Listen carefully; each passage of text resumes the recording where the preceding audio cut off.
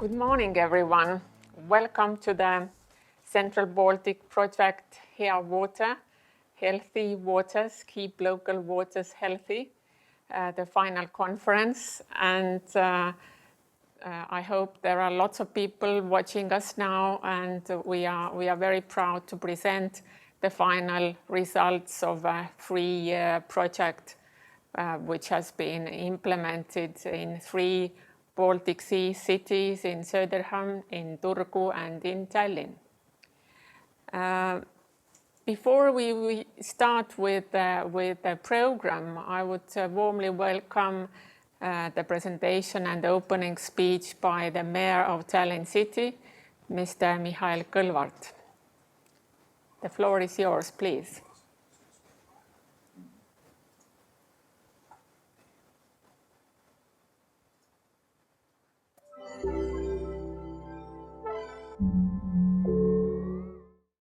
Dear webinar participants, it is an honor to be here with you this morning for the Heawater project Keep Local Waters Healthy webinar. As a mayor of Tallinn, a truly green capital, environmental topics are very important for me, as it should be for everyone, both in cities and rural areas. All cities must make sure that the environment is not only sustained but also enhanced. This can only be achieved in cooperation with the local governments, scientists, communities, but also our dear cross-border neighbors.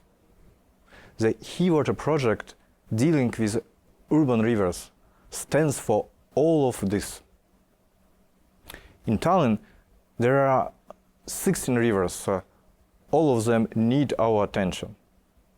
Throughout history, rivers have been at the heart of human development, as rivers provide water, food, power, and transport.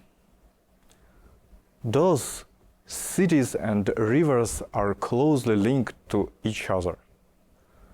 But rivers are also important for other species, calling our cities home, plants, insects, and many more.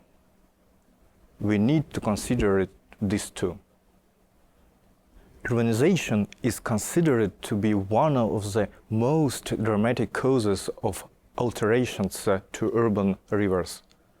Often urban rivers function as stormwater drains. Sustainable management of stormwater is one of the keys to achieving healthy urban rivers.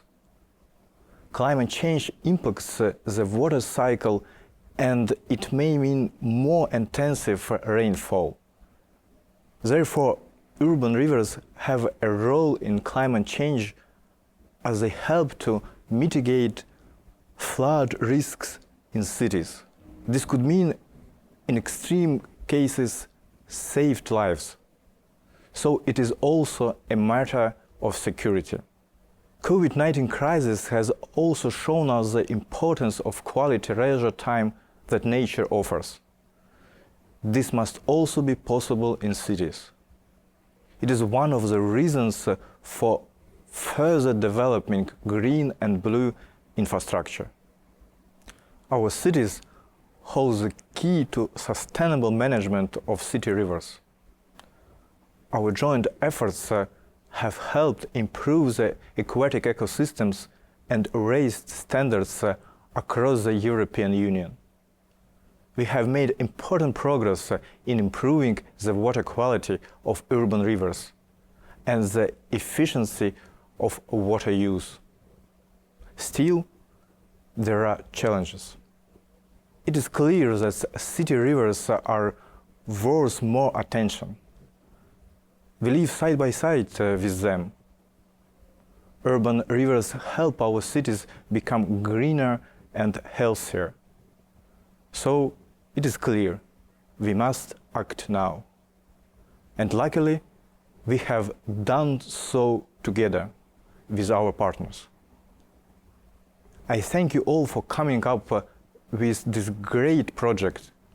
working on it, and sharing best practices. Have a great webinar.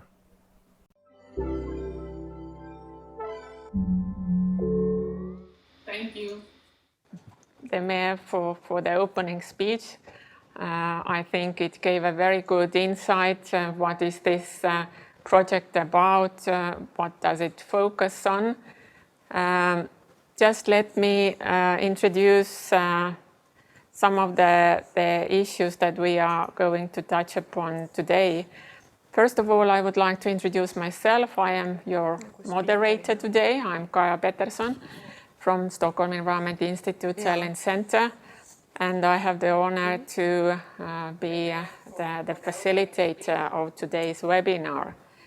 There are an outstanding number of speakers today from the project, and I hope everybody enjoys the presentations, the videos, and also the information that the project has created. First of all, I would like to give the floor to Tiia Pedusar, who has been the lead partner for this project, to give an overview of what the Heawater project has been about and who has been the partners, what have been the activities, and most importantly, perhaps, why the city rivers were put in a spotlight. The floor is yours.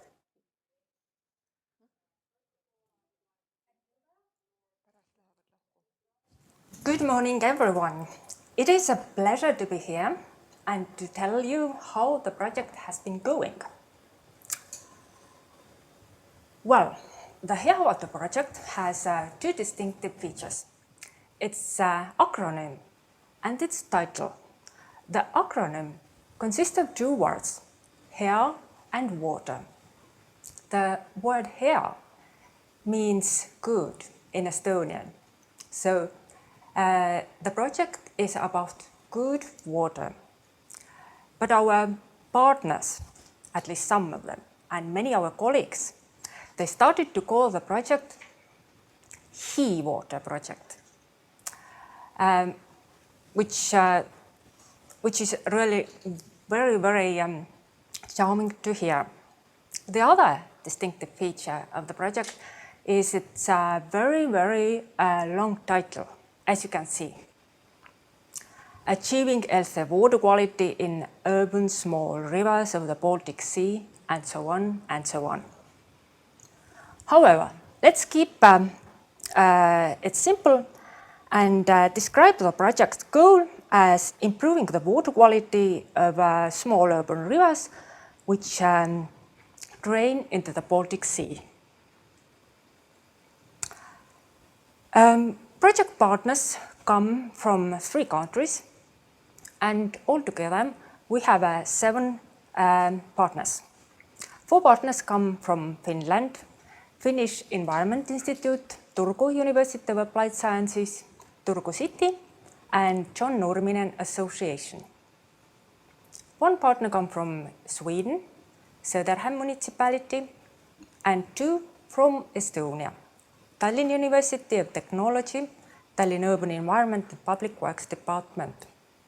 The last one is also the lead partner of the project. The project was financed by the European Regional Development Fund.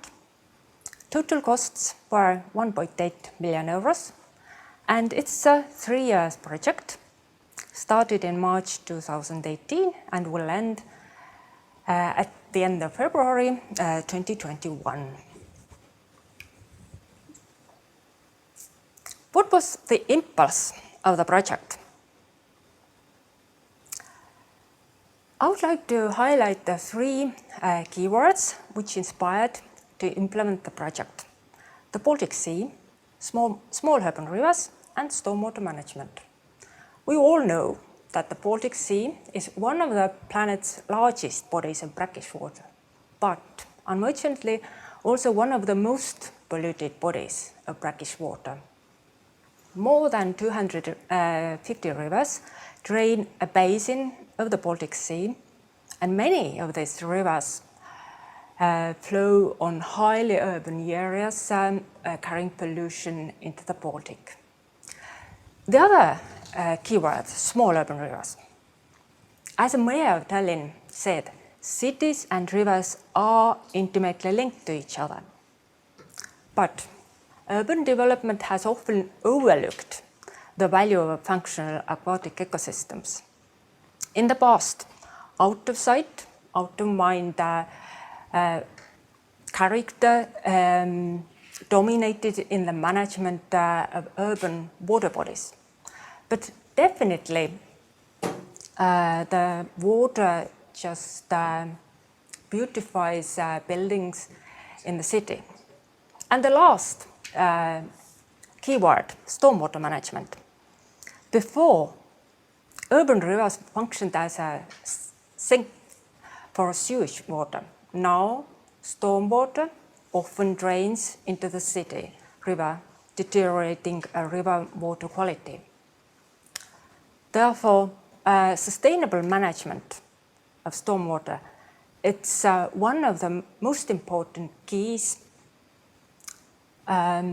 achieving healthy urban rivers. Important milestones of the project. I would bring forth 4 activities. We planned, designed and completed water quality improvement works in Söderhamn, Turku and Tallinn. We conducted a questionnaire on small urban rivers and stormwater in Söderhamn, Turku and Tallinn. And we did a light cost-benefit analysis showing people the monetary value for improving urban rivers. And we compiled a tool that helps coastal municipalities to plan the improvement of their urban rivers. So on this webinar, we are going to tell you about all these activities in more detail. Please stay online. Cooperation with other projects. We cooperated with 7 projects: Heawater, Blue Health, Sea-Based, Watershed, Non-City, and Erasmus. And I would like to give you 2 examples. Sea-Based project and Heawater project, actually, they have one and the same goal, to reduce pollution of the Baltic Sea. But we approached the problem a bit differently. When the Heawater project dealt with external loading, then the Sea-Based project concentrated on internal loading. After coffee break, Miina Mägi from Sea-Based project, she will come and tell you a little about the Sea-Based project. And the other example I would like to give you, it concerns Erasmus project, which is actually a European Union school children project. What brought Erasmus and Heawater project together? It was actually River Mustjõgi in Tallinn. When school children in their project, they learned to sample river water, then we in our Heawater project, we concentrated on water quality improvement techniques. Therefore, in the first example, the same goal unified us, and in the second example, the same research object connected us. And the last topic I wanted to cover, it's a project visibility. Heawater was most visible among local communities. The main target groups were residents around River Mustjõgi in Tallinn, Söderhamn cities and Turku cities. And we captured the attention with different project activities and communication events. Definitely water quality improvement works were in the center of the attention, but also stakeholder meetings and school events attracted local community. Several articles, press releases were written and published, and also we gave some interviews for radio and TV. We got positive feedback on project visibility from steering group and also from Central Baltic program. So as they said, we are on the picture. So thank you very much for your attention. Please stay online and enjoy our project webinar. Thank you, Dia, for your introduction. Now we have set the scene, and I'm encouraging all the participants to pose questions. You can use the chat box for that. I am following the chat box and picking questions to the speakers. So thank you, Dia, at the moment. We will come back to the Tallinn case study or the pilot area further on in the program. But now I would like to give floor to Pia Leskinen from the Turku University of Applied Sciences. And Pia will tell us about what has been done in Turku city, why they picked a river for the piloting, and what have been the issues with this case study. Please, Pia, the floor is yours. Thank you very much. So yes, I'm Pia Leskinen from Turku University of Applied Sciences, and I will give a little bit of background to our topic of today. What kind of environments are urban rivers and brooks?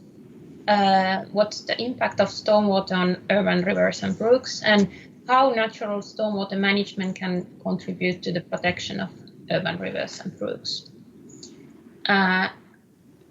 And first, I would like to emphasize that when we talk about urban rivers and brooks, it's important to understand that it's not just the water itself that is important, but it's the whole environment, riparian environment that is very significant for the urban nature. They work as blue networks through which different species can migrate and spread, and the stormwater feeds this blue network through different stormwater channels, but also from roofs or sealed surfaces and so on. They are surprisingly rich in biodiversity, and these blue networks, they are closely connected with the green networks of the city, which together provide the citizens, the people who live along those blue-green networks, various different benefits, such as reduced stress when they go and go out and walk by these green and blue environments. That will the blue network will also reduce big variations in temperature. So for example, they can provide shelter for both animals and people during prolonged heat periods, and they can also retain water during extended rainy periods. So they help to balance the city-urban climate and water bodies, reducing both dry periods and floods. We have made a lot of studies in the urban brooks of Turku, We have studied what kind of species we can find there. Here you see some of our field staff in work. And what we have found that we have, for example, a local, we have trout breeding and living in these very small urban brooks. We have also a local species of crab living in there, and also a lot of dragonflies, bats, bird species are depending on these environments. And these urban brooks, they also work as important ecological corridors for many terrestrial species like foxes and such. And we have studied the indicator species in the urban brooks to find more information about the water quality in an ecological state of these brooks. So what's the impact of stormwaters on urban rivers and brooks? Well, first, the nutrients, they come from, for example, from pet feces, fertilizers, wastewater leaks. In urban areas, we have quite frequently, even though there is in the stormwater sewers, stormwater pipelines, there is less and less like combined sewers where also wastewater is conducted. We still have leaks from wastewater pipelines, and those end up in urban brooks quite frequently. Nitrogen comes also from traffic, aerial deposition, and wastewater leaks as phosphorus. And of course, these both contribute to the eutrophication of both urban rivers and coastal waters, which is the case in Turku. Another impact of stormwaters are suspended solids. So a lot of suspended solids, whether they are natural, coming from eroded soil, from construction sites, for example, or erosion of the riverbanks due to rapid flows, or they can come from traffic, like road and tire erosion. These include also microplastics and rubber parts, very small rubber particles, and these big amounts of suspended solids that the stormwaters carry to the urban brooks, they result in silting of the spawning sites, so degradation of aquatic habitats for example, trout, but not only trout, but also different benthic fauna, the crab, other fish species. Reduced aesthetics, so a brook that has received a lot of clay loading or silt loading doesn't look very nice. And also it's good to know that these solid particles often act as carriers of heavy metals or other hazardous substances. So they contribute to the chemical pollution of the brooks as well. Heavy metals are pollutants that you cannot see in the water, but they can be very toxic to aquatic life, and they are of course quite persistent once they get into the water body. They come from traffic, exhaust gases, and erosion of tires and brakes. Also from buildings and construction materials, for example, from copper roofs, or zinc from different construction joints and such. Other, like organic hazardous substances commonly found in stormwaters include different biocides, perfluorinated compounds, PAHs, phthalates, and bisphenol. The sources depend on the substance itself. They come from traffic, from releases of fuels or oils, from plastic trash or other trash and construction materials. For example, many construction materials have a antimicrobial surface treatment, which very rapidly wears off when it rains. So these antimicrobial treatment biocides, they end up quite rapidly in the urban brooks. Many of these hazardous substances degrade very slowly in the environment, and they accumulate in the biota. So they have potentially very long-term effects on the ecosystem. They may have harmful effects, for example, for the hormonal or immune system, reproduction, behavior, and so on. Micro and macroplastics are an emerging concern. According to different studies, microplastics, they come mainly from tire dust, fake turf fields, plastic pellets, and also by erosion and wearing of macroplastics. So here we see, for example, macroplastics beside a commercial center, and these finally become microplastics. They will not disappear completely, but they will slowly erode and become smaller and smaller particles. According to our studies, most macroplastics, so-called litter, they come from consumer products, snack papers, or coffee cups, or such, from these kind of commercial units where packaging plastics are discarded, or the construction sites are also a very significant source of litter in the urban area.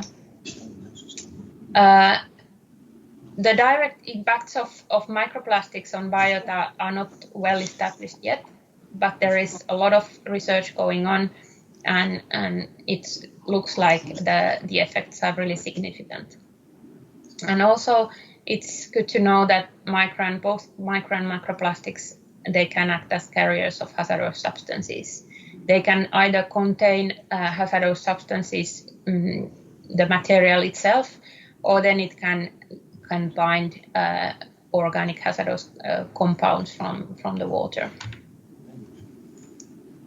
Variations in pH also have a big impact on the biota of the urban brooks. These can come from either construction sites or industrial areas, for example, when concrete is produced, and or then low pH rainwater, for example, can lower the pH of the urban brook due to aerial emissions of sulfur dioxide or nitrogen oxides. And the pH variations, large variations in pH, they disturb the aquatic species, especially some fish and crab, as well as benthic fauna are sensitive towards pH alterations, whereas some other species are far less sensitive. The stormwater causes also very high variations in stream flow. So compared to a natural area, the rainwater from constructed areas ends up very quickly, flows very quickly, and ends up very quickly in the local brooks. There is no penetration of the water in the soil, as the soil is sealed with concrete or roofs or some other sealed surfaces, and it flows very rapidly. So it can cause variations, like in this river, for example, the surface can go up by 1.5 meters in 1 hour when it rains really heavily.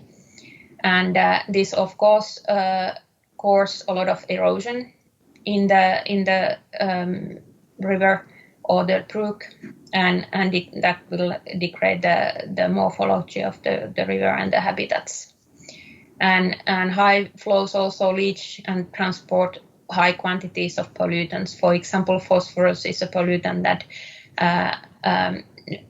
has, like, the bigger is the flow, the bigger is the concentration of phosphorus in the water. So this very significant amount of phosphorus can drain to the sea through the rivers during heavy storm events.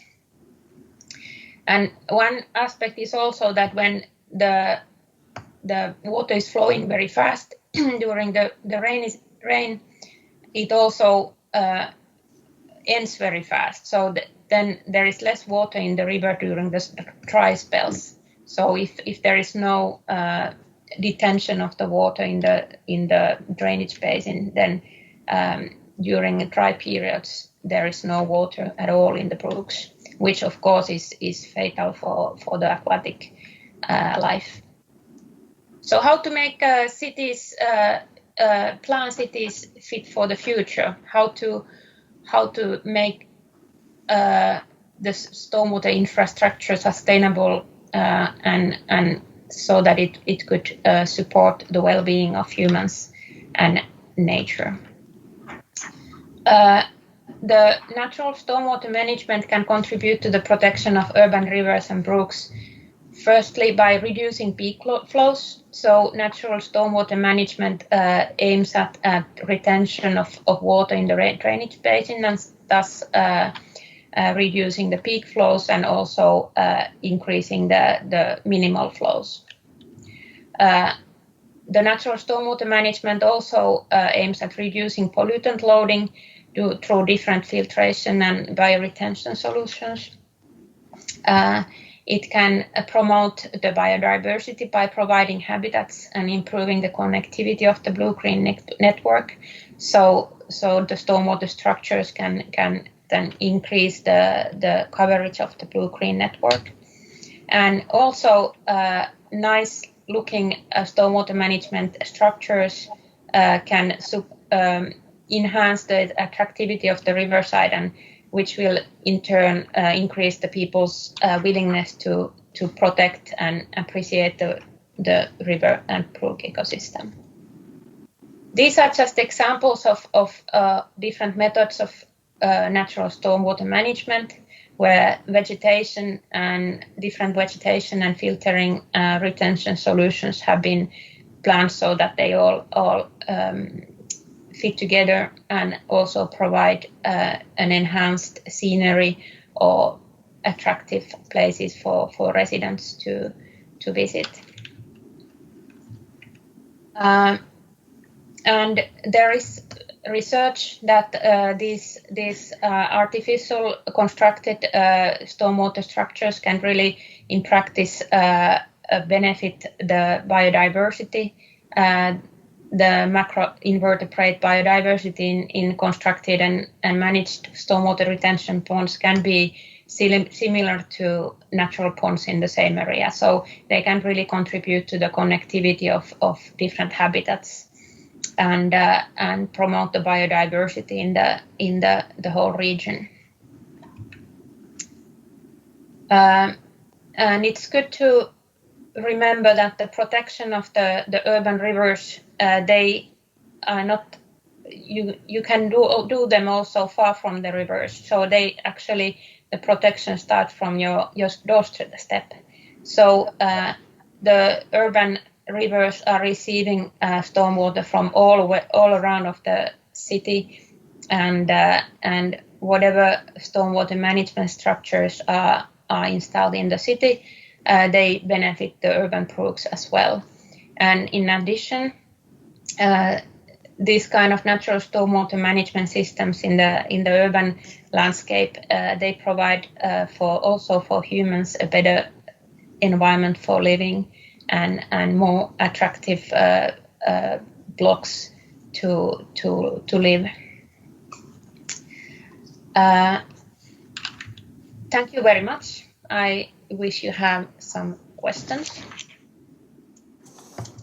Thank you, Pia. Thank you very much indeed.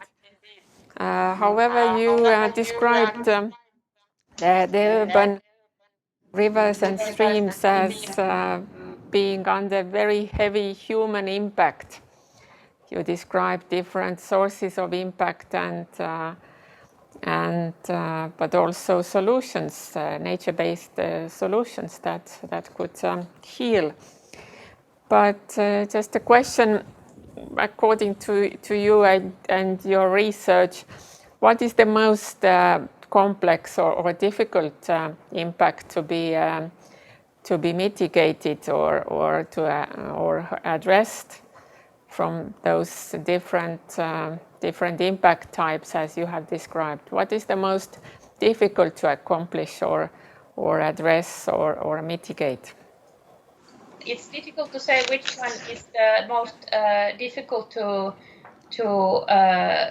solve, because they are all interlinked. The high flows, high velocity of the water, hence results in high loading of suspended solids, and consequently also high loading of nutrients and hazardous substances. So I guess the most important solution would be to try to reduce the flows and try to retain the water and use it on site as much as possible in the urban area. Okay, thank you, Pia, once again. And we will hear more about the Turku activities later on, but now I would like to give the floor to Agneta Svensson from the municipality of Söderhamn and tell us about the case study in Söderhamn. The floor is yours, Agneta. Hello and thank you. My name is Agneta Svensson and I work as a planner in Söderhamn municipality in Sweden.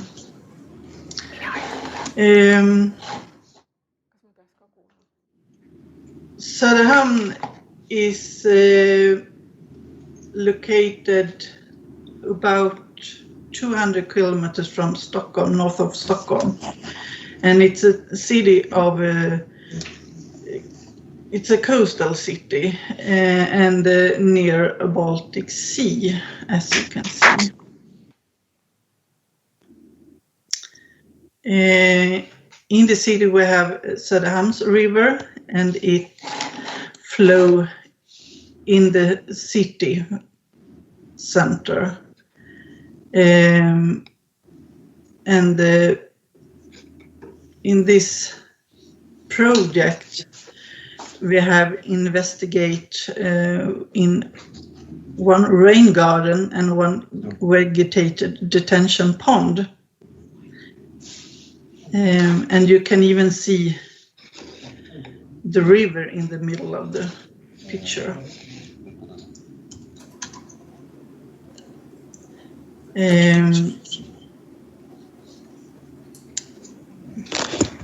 This place are in the city, and we don't see your slides. Could you share your slides? Yeah, I share. Aha, you're going to see that. Thank you. You can do it, yeah? Yeah, now it's coming. You can Yeah, see it? thank you. Okay. Yeah, I start from the beginning. Here are the maps. As you can see, Söderhamn is a coastal city near the Baltic Sea. And we have Söderhamns River in the middle of the city. And you can, on this picture, you can see the river here. Our investments are rain garden and vegetation detention pond. The rain garden is in the middle of the city, and it's a lot of traffic around it. Even on Brädgårdsgatan, it's a lot of traffic. And it's raining, the water ran down to the river. The investment were the vegetation detention pond on the Brädgårdsgatan, as you see, and it's near the road. and here is the results. It's not so much vegetation, but it's hopefully it's raining a lot of water in here, and as you see, it's sloped a lot. The other investments were rain garden in Jazzparken, and it's in a parking place. It's down here, and it sloped a lot even here. And when it's finished, the results you can see here, when it's raining a lot, it's the rain coming here. And we have a lot of information in the newspaper, as Tia before have told about this project, and even information on our own internet. We have even done 2 film about the investments and our work in the project, the stormwater and flooding management and investments for the municipality of Söderhamn in Heawater. You can find it on YouTube, both of them. In this project, we have even have a connection with another EU project, NOAA, and take a sampling of stormwater.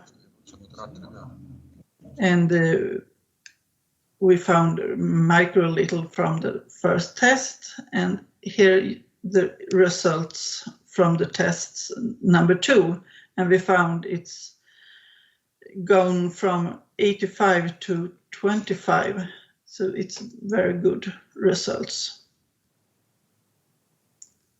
Yeah, that's mine presentation.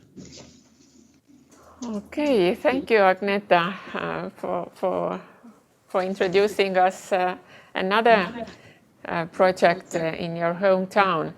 Since those investments that you have made and those interesting projects, I wonder how the citizens and the local people got engaged, or what was their perception? Were they positive from the onset, or you had to convince them a lot, or how did you reach out to the local citizens and to the landowners that were on the banks of this river and the constructed wetland that you did?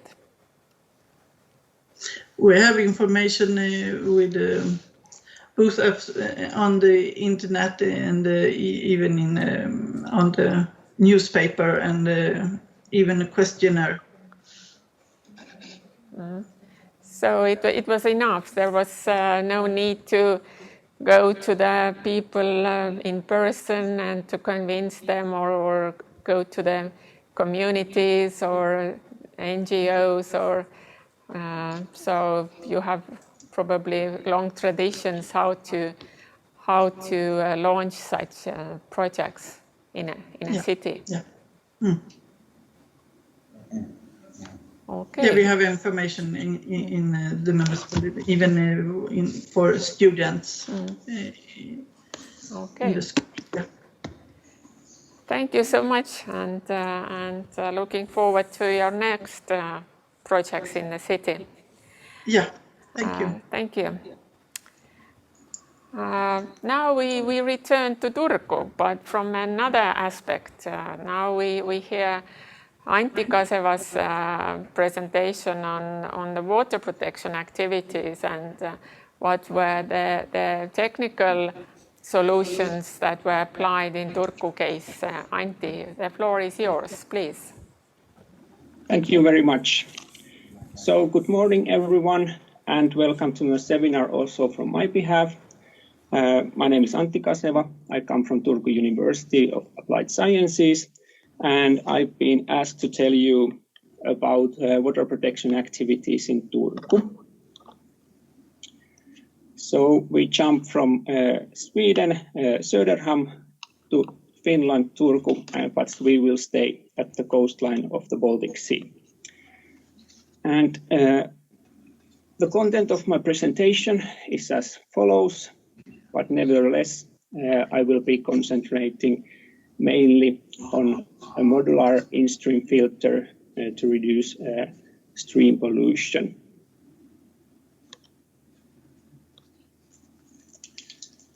And also in Turku, as in many places, urban streams face different water quality and quantity related issues. And of course, Turku is no exception on this. And as Pia previously already described, these problems also in Turku include suspended solids, nutrients, hazardous substances, litter, and microplastics. However, there are significant differences between different streams and different areas on the water quality or quantity issues. And on the right-hand side, you can see the aerial photo from Turku. And in the middle of Turku, there's our river Aurajoki, but that's not actually the place where we were concentrating in the Heawater project, but we were rather concentrated on the smaller streams like Kuninkoja, Topinoja, and Jaaninoja, which are all quite small urban streams.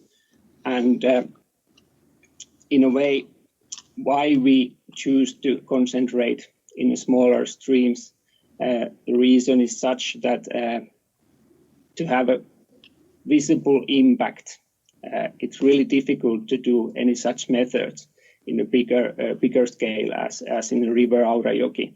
But in a smaller ditches, you can actually do something and see the visible changes when you do some water protection solutions.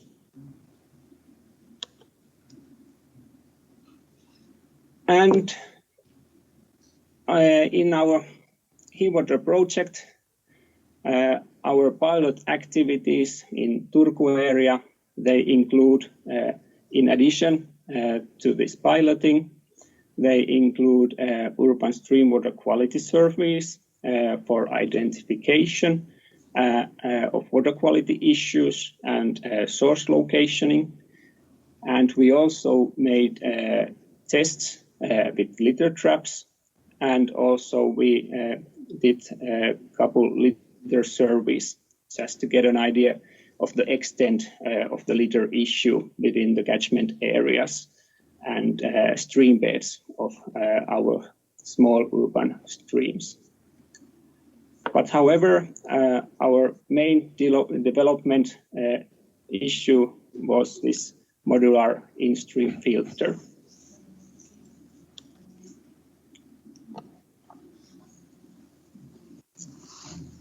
And our goal in this development job was to create new mobile solution that can retain suspended solids and contaminants in small urban streams. And the operation principles in this solution, as the name says, it's filtration-based solution, and it's movable and it's scalable structure. And when it comes to filter material, if the filter material is clogged, it can be replaced by the new. And also there's a chance to decide which kind of filter material would be best for that particular site. So the material is interchangeable and replaceable. And this method is planned especially for small ditches and pipe outlets.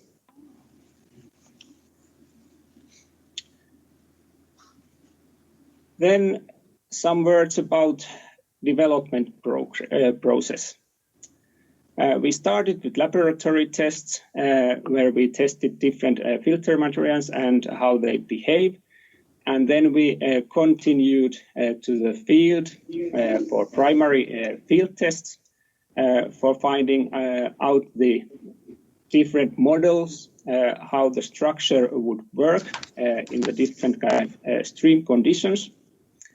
And then we did some computer modeling for the structure to find the suitable structure for this filter system. And then finally, we got to the filter piloting. And the piloting was done in 2 periods. The first period, we tested the structure which was developed, as I explained, and with the chosen material. And the second test period was basically repetition of the first, but we used a little bit bigger granule size just to see how that affects the operation of the system. And then a little bit of our demonstration side. As mentioned, we didn't concentrate in Aurajoki, but we concentrated in small ditches and even in the tributaries of the small ditches. And the place which was selected for the test, it's a small scale ditch called Itä-Harjunoja, and there are quite huge discharge variations due to the fact that the catchment area of this ditch has a lot of impermeable surfaces. So it means that after the rain, there will be really quickly high flow situation. And this ditch actually is visible only like 300 to 400 meters at the downstreams, because otherwise it's all pipes. So it's subsurface drainage system basically, but only the end part of it is an open ditch.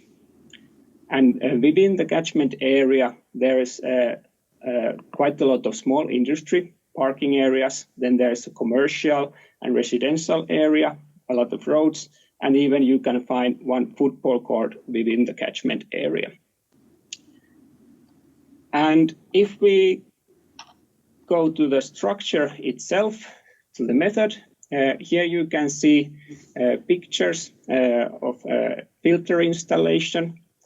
And as you can see, we selected a transparent structure for the box just to be capable of doing visual observations on the operation of this filter. And here's the same filter in the ditch just after the installation. And in the pictures, you can see that we had to do some extra protection against vandalism and mischief. But nevertheless, we were capable of seeing how the filter was working. And in the right hand lower picture, you can actually see with little bit darker color the height of water at that stage in the filter system. And as I mentioned, we did this piloting in 2 stages, and the material was changed between these different periods.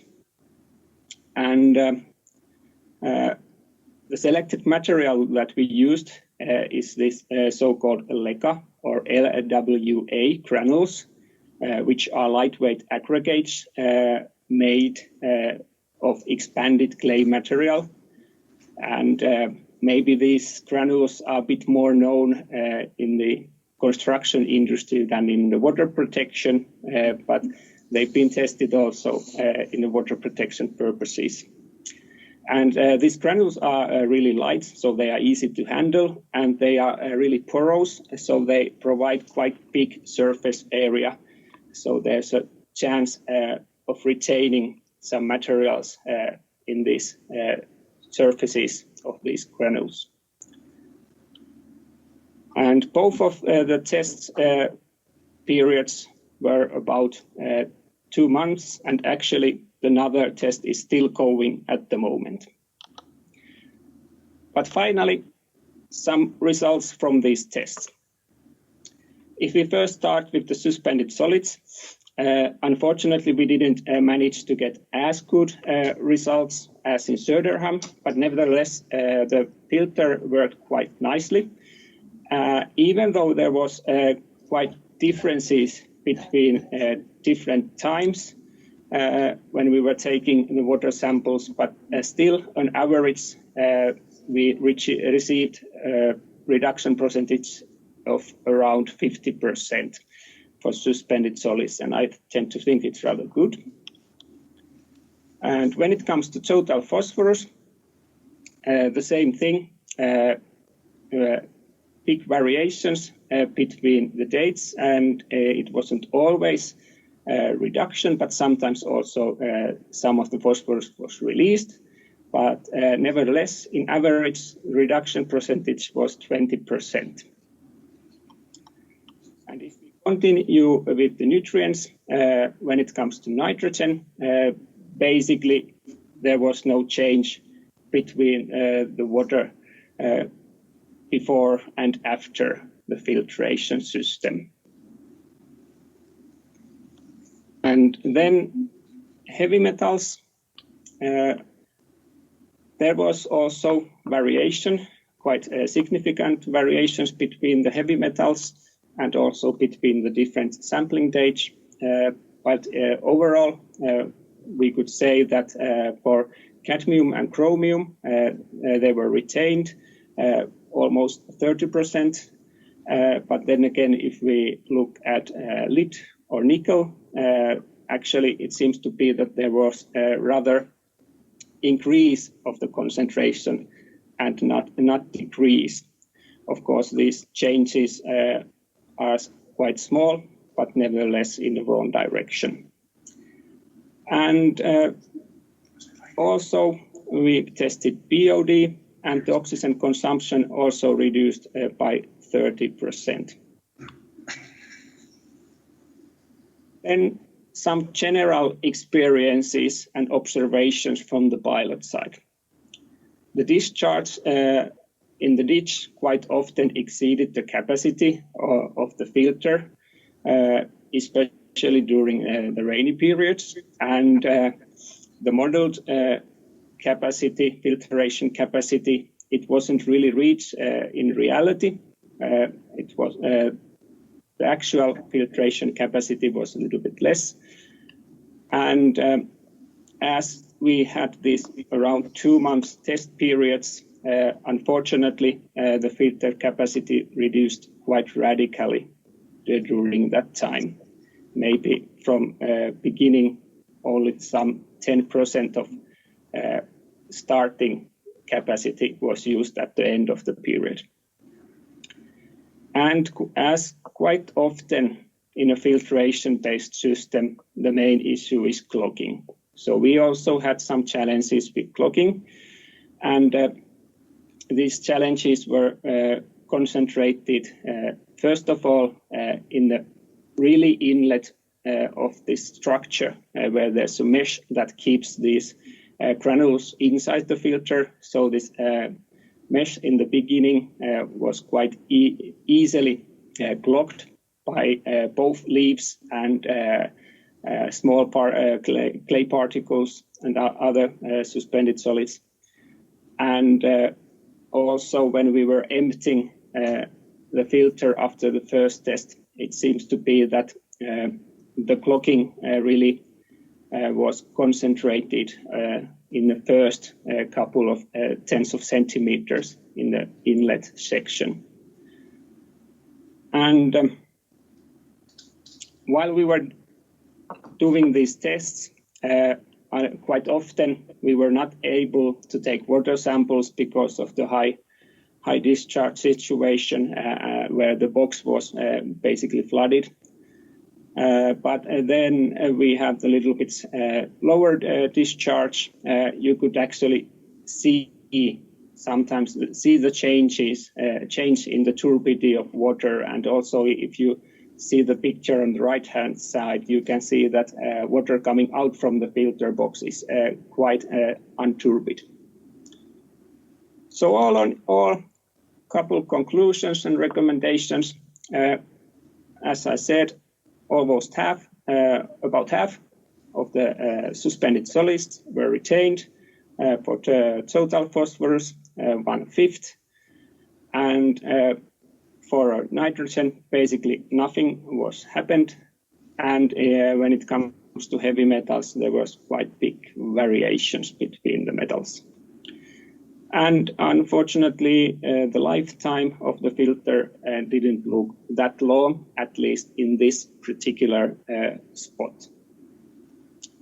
All in all, I would still say that this method is potential for small pipe outlets and open streams, but only quite small, with only quite small discharge, and maybe with quite high concentrations of different pollutants that we want to get rid of.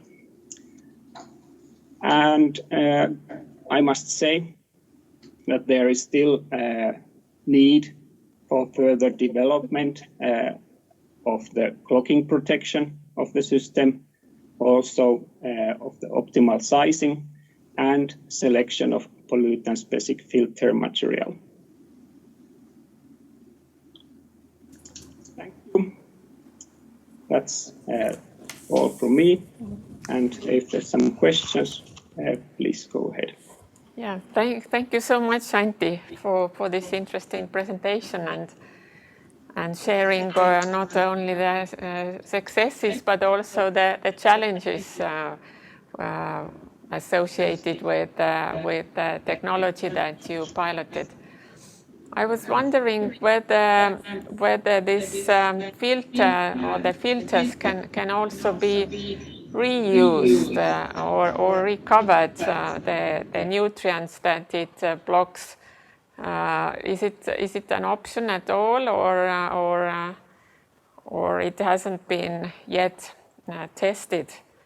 And secondly, it also gave me an idea that perhaps since you were critical also about the two filters that you were testing in terms of blocking all the different pollutants, perhaps a combination of different solutions could also be discussed. I mean, in combination with the nature-based solutions, with the filters and so forth. What do you think about that? Thank you. Thank you for the questions. If I start with the reuse, so of course the structure is planned so that you can change the material. And the next question of recycling, for example, of the nutrients that are collected into the filter material. For that, I would say that as the filter material in normal situation has no major toxics, so basically it could be used as a recycling of nutrients. So you could maybe empty the material of the box to fields or so forth. So it could be recyclable. Would it be a good fertilizer? That would need a little bit more research before I could say anything to that. And then the other question, if I got it correctly, relating to these other linkage between different methods. And surely I tend to think that this is just one method among others, and quite often it would need some other methods to support it, so that a combination of this kind of method and some green infrastructure is surely really welcome. And when it comes to different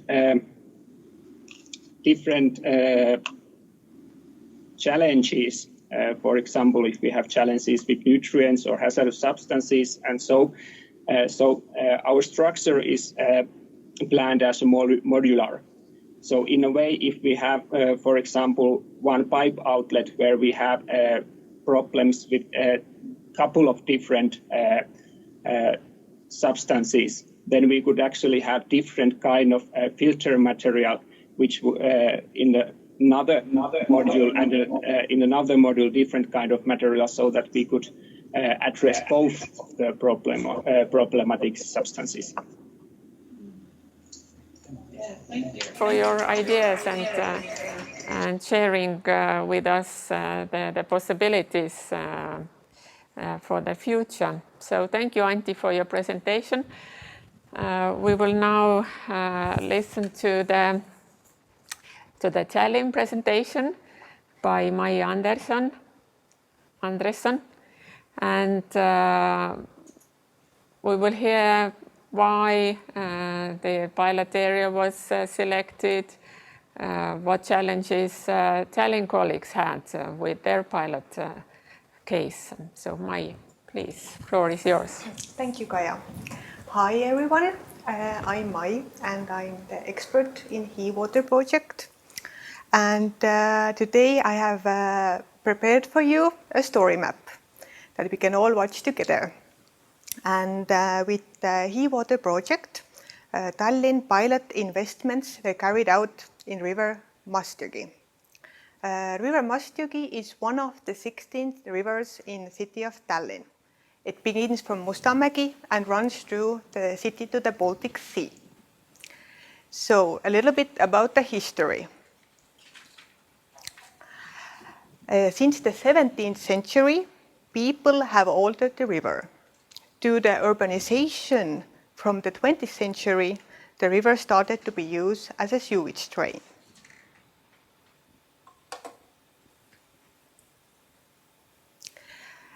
Urbanization and climate changes have increased city challenges for managing wastewater, stormwater, and flooding events. Today, a river functions mainly as a stormwater drain.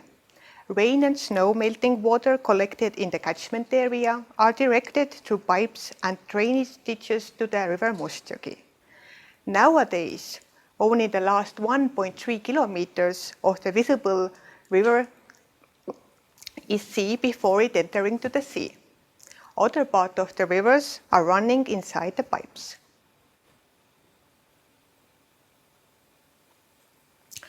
Human activities have significantly changed the riverbeds and flow patterns of the River Mastjõgi.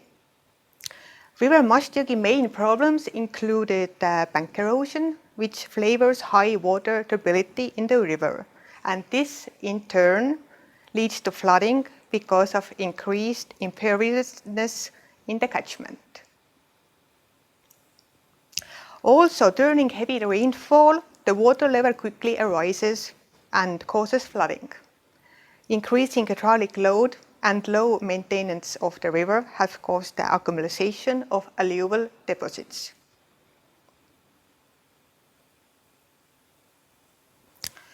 Alluvial deposits cause water carrying capacity and releases of phosphorus.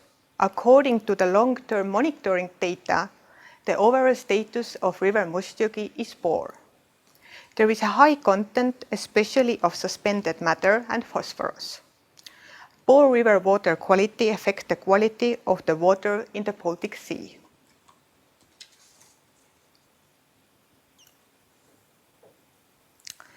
River Mastjõgi restoration work started in July 2019 and were finished a year later in July. In total, 610 meters of bank protection was built.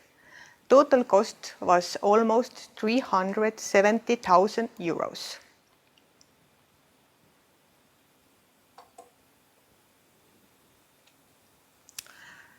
Bank protection construction consisted of 3 stages. First, the river slope was profiled. Secondly, the geotextile was placed, and finally the gabions were laid onto the geotextile. Also, with the restoration works, the Heawater street culvert was reconstructed and sediments were removed from the bottom of the river. The main aim for the River Mastjõgi was to reduce 10% of phosphorus and suspended solids. During the study period, May 2018 to September 2020, altogether 66 samples were taken. Before the construction work, during the construction work, and after the construction work. Altogether, it was monitored more than 20 water parameters, like the basic ones, phosphorus, natrium, pH, and also heavy metals and microbiology. According to the monitoring results, the water quality of River Mustjoki improved after construction works. Comparing suspended solids and total phosphorus concentrations before and after the construction works, about 50% decrease has taken place. Target value for the project Heawater was achieved.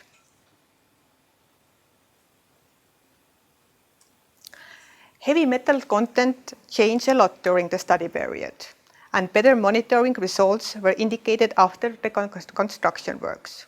Due to the removal of alluvial sediments that were polluted and riverbank protection construction, the status of river by the content of the heavy metal is improved. For example, cadmium content decreased more than 4 times and chromium 10 times. The national average limit value of cadmium in the surface water is 0.25 microgram per liter, and for the chromium is 5 micrograms per liter.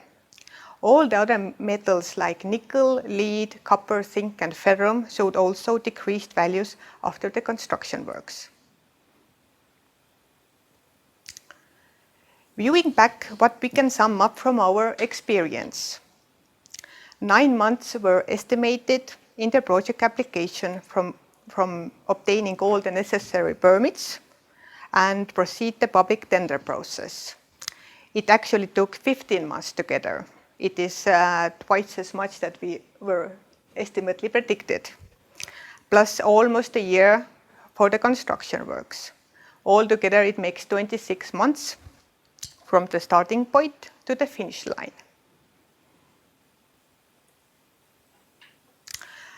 Another keyword is definitely communication with local residents. Over 40 households are surrounding the river. The residents were included to the project from the very beginning. The first information letter was sent out already 2018 summer. A year later, in spring, we had a stakeholders meeting where we explained the design project and construction plans. This communication approach made it more comfortable to do the work behind the residents' yards along the River Mustjoki. And another good thing to know in our experience was that there was a little interest in the procurement application process. It is well known that building inside the city, urban area, can be problematic and time-consuming because of the limited space for the operating heavy machinery, specific rules for the time and of building in the city space, and residents householding side by side with the need of intensive communication with locals. All this is not attractive for the tenders. And the last one, our works were really weather dependent. Here in the picture you can see that with good weather it's really nice to do all the jobs. But when the weather is extremely rainy, it is really difficult to continue, and the heavy rainfall can pause the work for weeks. And with every project, we can say there was one thing that was most challenging. And this, in our case, was dewatering of the working area. Seemingly a little stream with the average flow with 0.8 cubic meters per second provided a real challenge. Altogether, there was used 4 different methods for the water isolation. And also prepare for the unknown. In our case, it was 159 tons of contaminated soil. It was like domestic waste, glass, plastic, tires, whatever you can imagine, it was found when there was profiling the slope. And this was an extra expenditure for the project. In the end, we can say that investment works at Tallinn has been successful. According to the monitoring results, the water quality of River Mustjõgi improved after the construction works, and we have achieved our targets. Also, the feedback from the local residents have been positive. And there are many lessons learned moments in this project that can be implemented for the similar project in the future. I thank you that you were here with the story. And if you have any more questions, you can look it up in our webpage or write directly to me. Thank you. Thank you, Mai. This project was probably technically challenging, but as you also referred that working with the residents, and although you said that they were rather positive about the project and there were some lessons learned, could you specify what the key lessons were? I think what we did well was the communication. All the projects that are working with locals or even governmental level or with municipalities, it is really nice to know that communication is the key and working as a team also. And also prepare for the unknown, keep your options open. So, and in our cases was, like I said, the most challenging thing was the dewatering, because we afraid in the beginning that it's gonna be hard. Fortunately, we were really lucky that we have really good construction work company, and they figured out all the methods for every section for the river. So yeah, you have to have the good team also. As to the residents, did they also have any concerns or worries about this project, or they said this was a very good thing to be done? The feedback was really from the A to the Z. We had really nice people. Were really lucky. Like I said, we already started a year later before we even went to their backyards. And that there was people who were saying why this is open river, put the river on the pipes.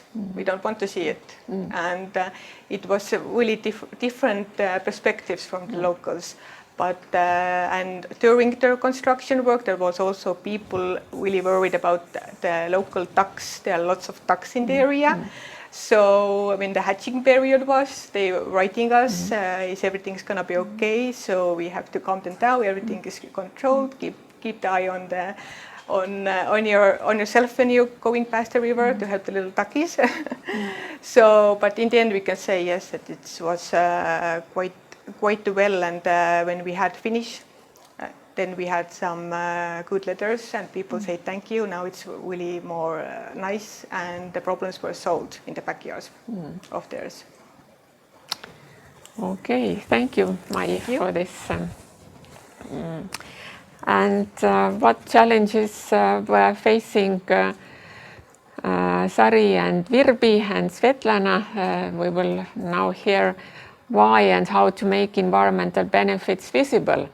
And this continues also the topic that how to communicate and how to show the benefits, and whether the benefits are always monetary or maybe they are also invaluable. So let's see what Sari and Virpi tell us. So please, floor is yours. Thank you.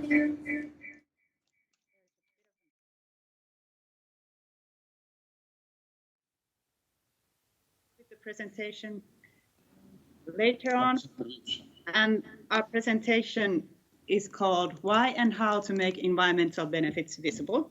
And this is part of our VP for Communications, which we are leading. And surveys, they are and were our weapon also in this Heawater project. And first, a little bit about surveys in general. So, what a systematic survey can give to you. You can find gaps in knowledge so that you can target your communication better. And you can inform about your activities. For instance, you can inform people about your ongoing activities, plans, or strategies in an interesting way. What the people are worried about and what monetary benefit they would get from the environmental improvement.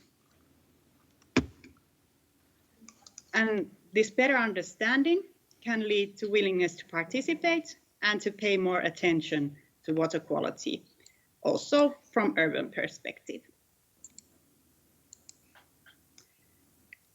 And often when we suggest that what about a questionnaire when we are talking to our partners, people still wonder. So the usual development in our partners' mood concerning our questionnaires is that step one, they are puzzled, say like, okay, you want to make a questionnaire, fine. We can give you some local info, doesn't sound too bad, but don't really see the point in this. Then step two, they start to get interested, like this actually looks good, and hey, we could tell people about this and ask about this, and they start seeing the opportunities. And step three is usually that this is useful stuff for us, and how interesting results and loads of feedback we've never heard before, and that now we finally have something concrete to show to the policymakers, for instance, to better justify our points of view. So we want to stress that surveys can be more than just a method. They can be an asset to get feedback, but also to give information to the citizens. And our aims in Heawater, and usually when we are making the surveys, here you can see a bottom half of our questionnaire. There are questions, there are pictures, there's information. And in this project, we went one step further. So we drew some stormwater pictures for these questionnaires to even more inform people about these things. In the core of our surveys is always contingent valuation method. So that is valuation of non-market benefits. And we have in the survey, first we describe the current situation, for example, urban small waters. And then we ask for the people to imagine that this state could be improved, but we need more money to do it. And we ask, would you be willing to pay that the state would go from down here where it is now to up here, what we've described in our scenario? And if they say, yeah, I might be willing to pay, then we ask how much. And here you can see an example of one such question as a payment card form. Then a little bit about surveys in Heawater. So how did we do it in Heawater? Well, first of all, we did it in close collaboration with local experts. They gave us information about the area. They commented everything in the questionnaire many times over. And we even got some help with the mailing parts. And this is crucial. And without this local experts collaboration, we just can't make a good questionnaire. We did it by a random sample of city residents. And we did this because we wanted to generalize the results to the whole population, for example, of the city. And also we wanted to avoid biased results so that we could get answers from all kinds of people. We had 3 to 4 contacts in each country, and the survey was going on 2018 in Turku, Finland, 19 in Söderhamn, Sweden, and this summer in Tallinn, Estonia, and probably it wasn't the best time to do it, but what can you do? The project is ending. We always had a paper and an electronic survey, and they were as identical as they can be with each other. And first contact was made by paper questionnaire. We sent that out, and a couple of weeks later, we sent a reminder card saying that thanks if you've already answered, but if you haven't, you can still answer. And then after a couple of weeks, we sent another reminder card saying again, thanks if you've answered. If you haven't, you can still answer. And in Finland and Sweden, we then once more sent the paper questionnaire. And as we already knew, and as this showed, people love paper, especially in Finland and Sweden. Paper was much more popular, 80% answered by paper questionnaires, but in Tallinn, this was 50-50. So there are differences between the countries. And then a little bit about communications via questionnaires. So we had 12 pages of questions, pictures, figures, and information. And this survey was sent, and all the material with it was sent to almost 5,000 people in total. And we got about 1,200 answers, but many probably look at the pictures, read the text next to them, and also their family members might have done this, even though they didn't answer. So it's likely that this information in the paper questionnaire reached much more than those who answered. So communications-wise, paper versions reaches much more people than these electronic surveys might. And also there was a media campaign in Tallinn going on. Just shortly about that, we've reported about our results already, and we'll be tuning them later on. We already have 3 country reports in countries' own languages. You can see the names here. And also we are polishing our 2 summaries with in English. And you can already find them, the country reports, in Syke's project websites. And everything, all the other reports will be there also. And then just something what we find out, because of course we found out a lot, but we are not going to go through them all in here, don't worry. First of all, we found out that the concept of stormwater was surprisingly familiar in all 3 study areas. We ourselves were very surprised, but still residents learned about stormwater management and local urban waters from these surveys, as you can see over here. These are quite high numbers. So information reached people, and info texts and pictures seem to raise awareness because, as you can see here, notable majority of the respondents thought that they will pay more attention to the state of urban small waters in the future. And then I will give the floor to Virpi, and she will tell briefly about willingness to pay.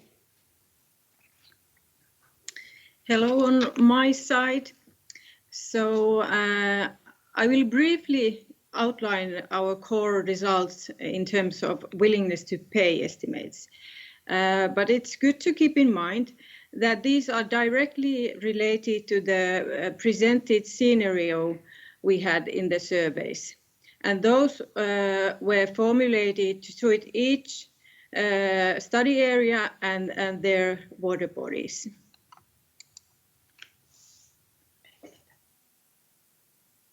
We use the contingent valuation method, which is one of the most common non-market valuation methods and used worldwide.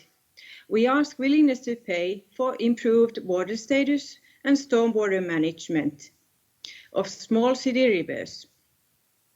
And we estimated some differences in responses. A clear majority of respondents in each country were at least willing to consider paying, and additionally, a clear majority chose a positive amount or fee from the list of shown payments. We calculated the mean willingness to pay value per person per year, and these ranges are shown in this table. From 11 to 24 euros per person per year in Tallinn's study area, and from 26 to 55 euros in Söderhamn. And estimates in Turku were between these. The mean willingness to pay values can be used to determine the overall benefit of the proposed improvement in small urban rivers.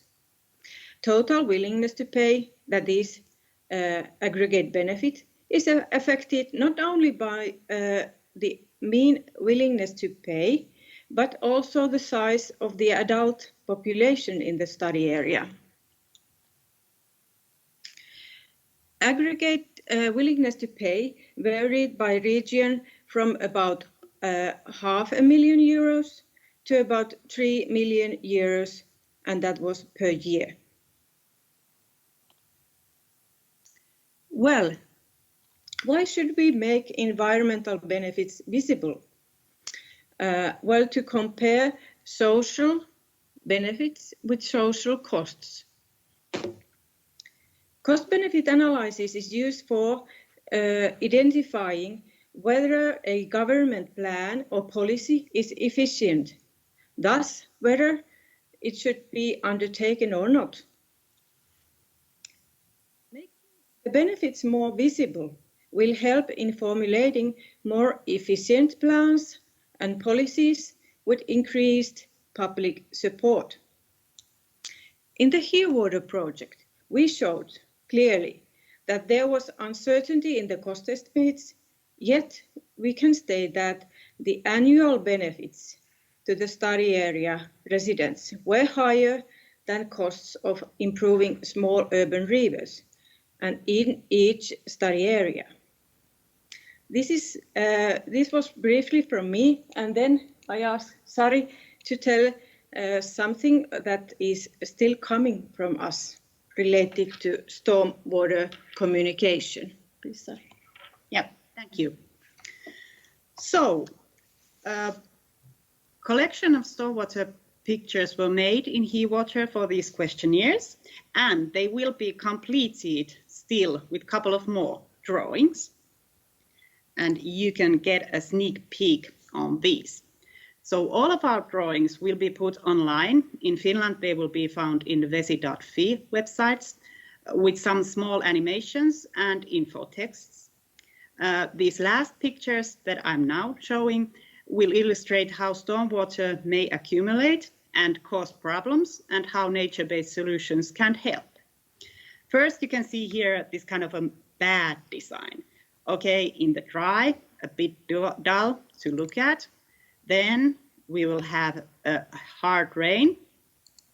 And after the rain, there can be flooding and puddles in very unfortunate places. For instance, there in front of an ambulance. Well, then we will also have a good design. It's pretty, it's versatile, nice to look at, nice to be there. And when there will be a hard rain, there is enough room for water to absorb or linger without causing problems, because there are many nature-based solutions present in here. And we hope that all these pictures we've developed will keep on living after the project ends, and that they can be a part of this project's communicational legacy. And to finish, here are some quotes from the questionnaires we made and received. And with these, we want to stress once more that even though they are called questionnaires, when they are well made, they can be a powerful tool for both communicating to citizens, but also to comprehensively collect citizens' views and attitudes and get very concrete and useful tips from them. And these are all of our slides. Thank you very much. But if you have any questions, we will be happy to answer. Thank you, Sari and Virpi, for your presentation. This contingency evaluation gives another perspective how to understand and get indication what people value and what they expect from the municipality in terms of how to improve the environmental situation. And this, as you said yourself, this kind of surveys are rather common, or they have become rather common nowadays. But regarding this survey that you conducted in 3 cities and with such a very large sample of respondents, I was wondering whether you also got any surprises or any results that you were not expecting,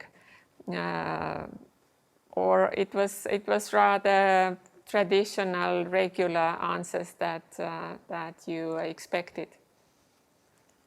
One big surprise maybe for us was that the answers were quite similar in all 3 countries.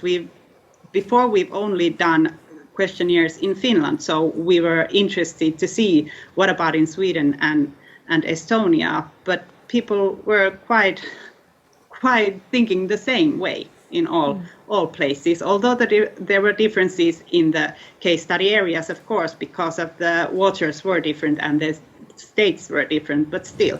And also we were quite surprised, as I mentioned, that people were already so aware about stormwater as a term. That surprised us.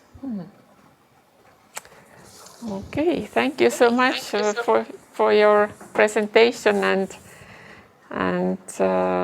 also highlighting what could be of interest for the further researchers as well. We are a bit ahead of our agenda, but now we have more time to have a coffee break. But before we go to a coffee break, we would like to draw your attention also to a project video. This is a 4-minute video, and please bear with us.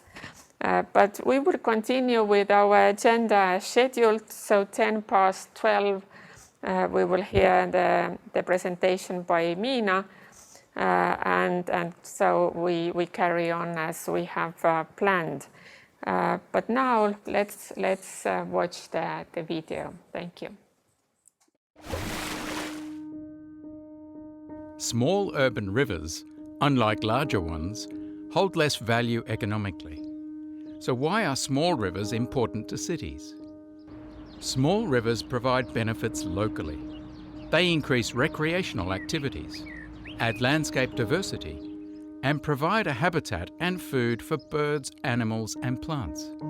Often, small rivers also function as stormwater drains and infrastructure for flood control. Due to climate change, more frequent large rainfalls can cause greater fluctuations in water levels, and therefore a greater risk of flooding. Covering the land with roads and roofs can increase the amount of water small urban rivers receive and the number of contaminants carried into small rivers.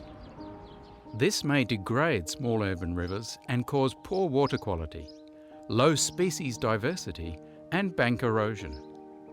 There is a need to raise awareness of how throwing garbage into a river will harm its ecosystem.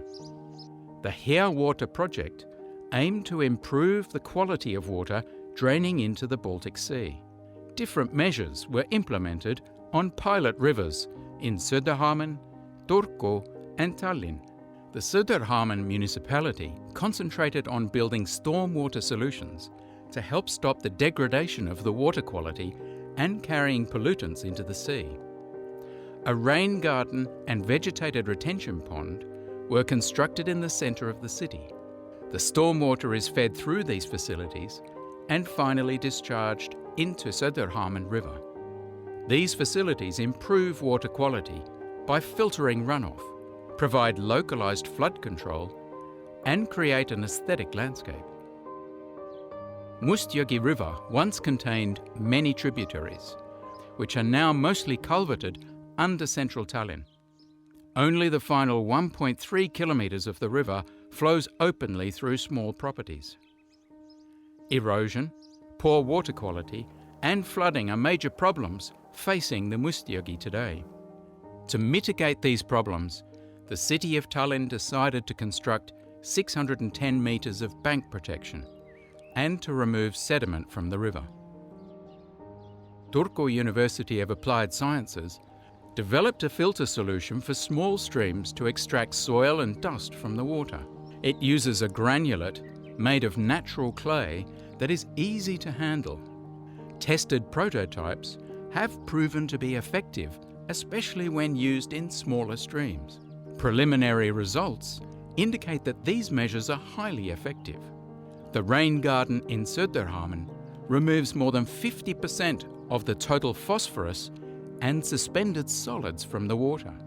In Tallinn, the bank protection helps decrease total phosphorus and suspended solid concentration by half, while the average reduction of suspended solids using the filter in Turku is 69%. Small urban rivers need more attention, not the least because they play a role in sustainable stormwater management and pollution levels in the Baltic Sea. Recently, leisure time has become a part of urban rhythms. Therefore, urban rivers with better water quality and the preservation of habitats for diverse river species will benefit the local population.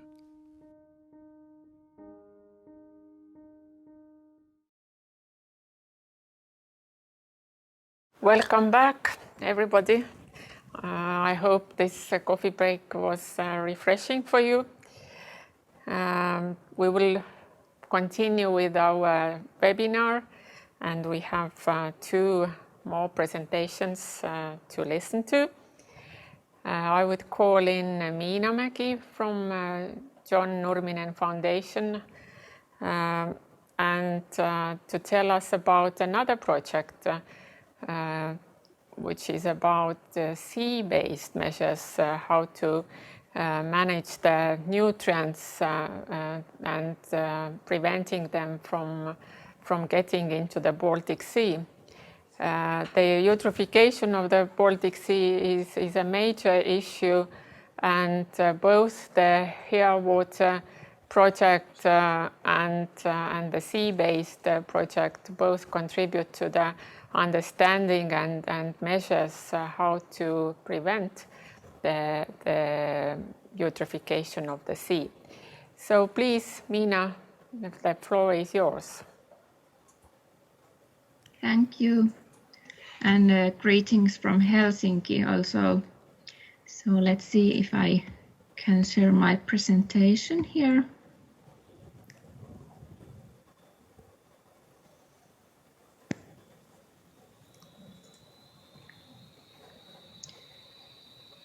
Seems to take a while. Okay, so can you see the slides now? Yes, now it's okay, thank you. Great.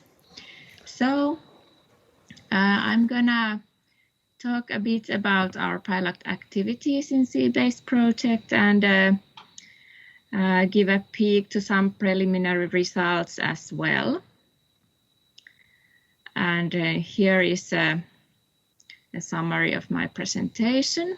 I'm not going to go into details with that because we are having quite a short time. I could actually use the whole 20 minutes for each of the pilots, but I try to introduce shortly all of them. So let's go forward.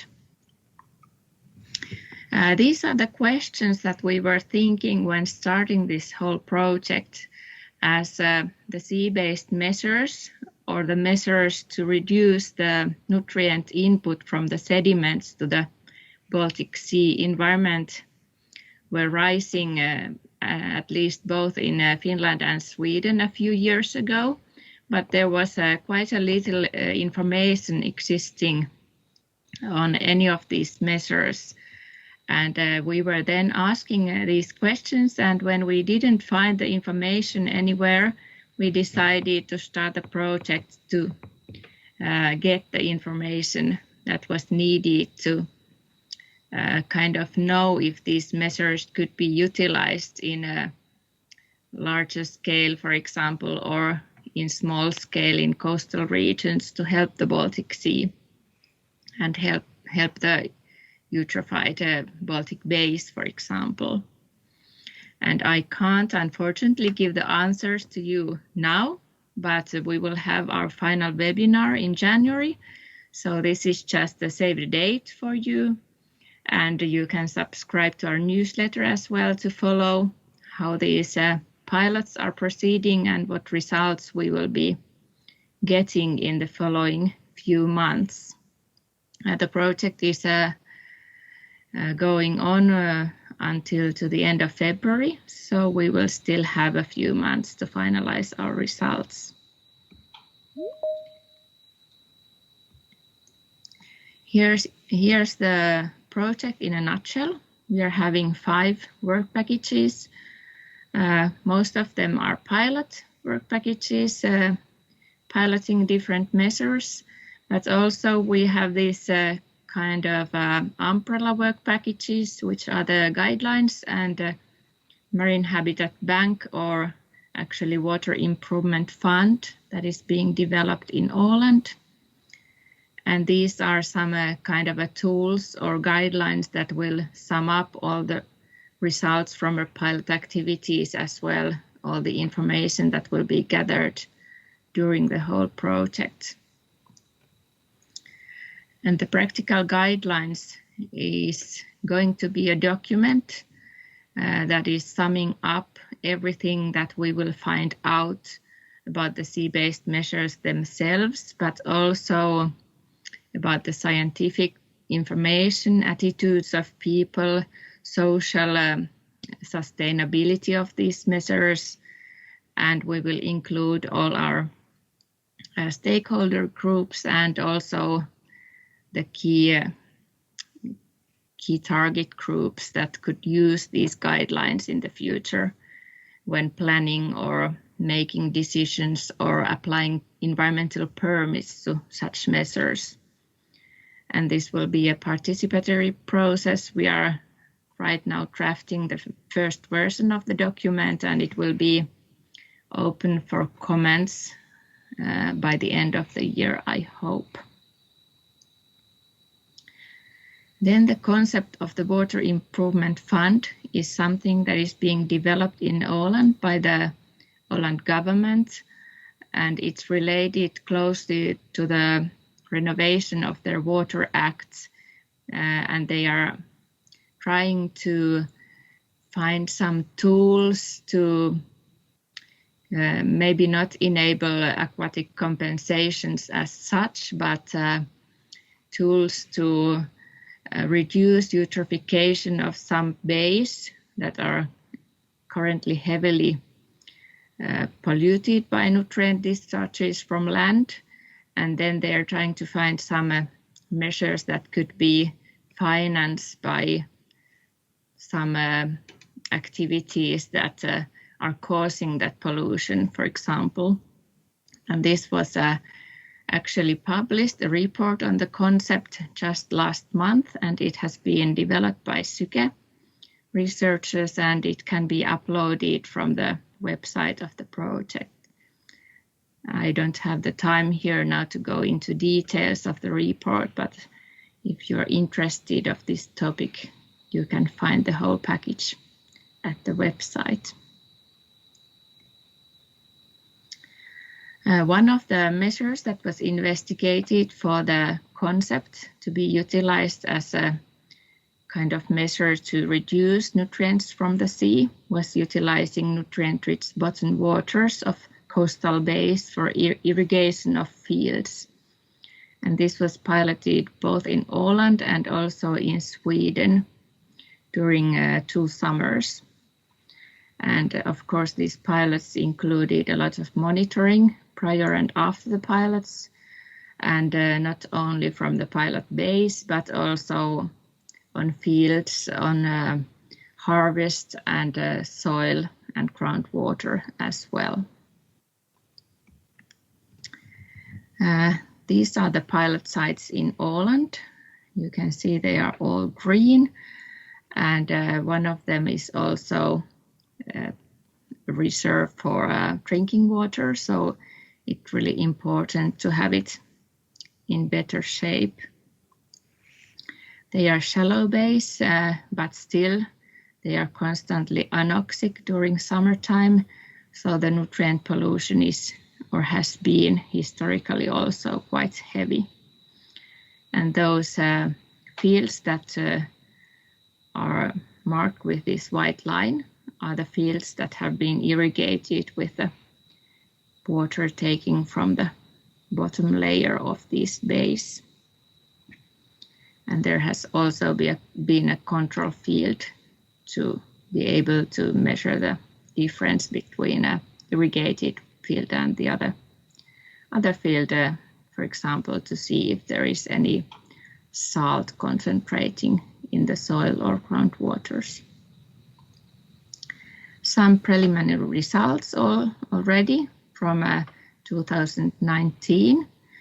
Maybe the most important result is here on the right side, where you can see the comparison of the nutrients that were removed from these bays with the irrigation or pumping of the water for irrigation, and from Galdhesfjärden Bay, a total of 6% of the needed reduction according to the Water Framework Directive was achieved with this 1 year irrigation.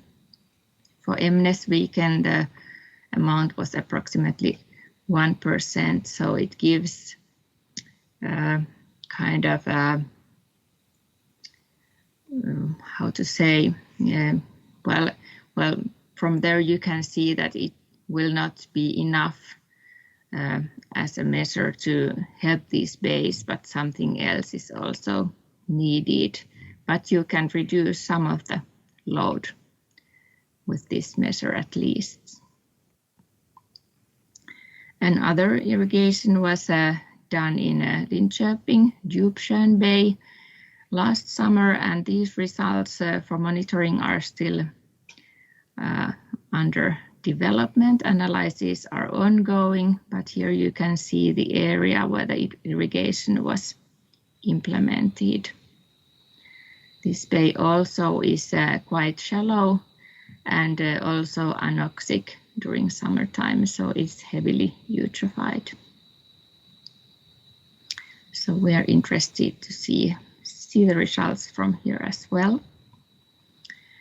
Then also in Åland, there was this harvesting of stickleback, this small fish that is a heavy predator of youngsters and eggs of predatory fish like perch or pike, for example. And this was a biomanipulation pilot where we were testing whether these species could be efficiently fished out from some of the bays that are important for example, breeding of the predatory fish stocks. And also utilizing of the catch was looked into. There are several potential uses for this. It's quite oily fish, so some novel foods or high-value products could be made from the fish, or then it could be utilized as biodiesel or animal or fish feed. And here you can see the pilot fishing areas. Fishing is actually still ongoing during this autumn and next spring, but the preliminary results have shown that it has not been so easy.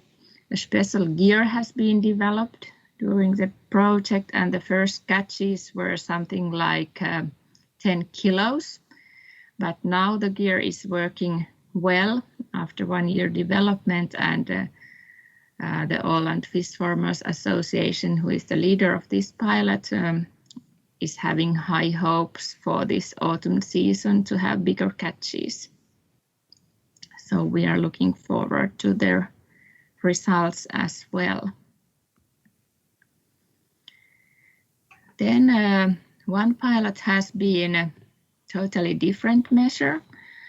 We have been trying if phosphorus that is released from the Baltic Sea sediments under anoxic conditions could be bound back to the sediment with activated limestone material. And this is a method that has been developed in Stockholm University during almost a decade already. And it has been previously tested only in lab scale, but now in this project we have been able to have 3 field pilots also, both in Finland and Sweden. And first it was optimized with some lab testing, which would be the suitable dosage of the substrate to be able to bind enough of the phosphorus that is released from the bottom sediments. And of course, thorough risk analysis was also performed that no harm would be caused, although the pilot bays are anoxic and there is no bottom fauna, for example, but still we needed to test the material for heavy metals, for example, and it was found out to be safe. Environmental permits took long time, over a year in Finland almost, and several weeks or months in Sweden as well. And the pilots were then implemented in this and last summer. First of the pilots was in Tjurkviken Bay, Linköping region in Sweden. And this bay is anoxic large part of the year, and it has an issue with high levels of nutrients. And 13 tons of this heat-activated limestone was spread from helicopter in September 2019. And monitoring is still ongoing, so I don't have any results to show you yet, but we are following, of course. And it's very interesting to see whether the impact will be as we expect or would like it to be. Another base scale field pilot was implemented in Finland, Naantali region last summer. Also, this Kolkka Bay is anoxic large parts of the summer, although it's quite shallow bay and it's wind mixed, but the bottom sediment and bottom water is still anoxic. This year it has been anoxic from May, so it's really eutrophied area. Here 8 tons of this limestone material was spread by helicopter as well in June, and monitoring is still ongoing, and we hope to see the results from there also in the beginning of next year.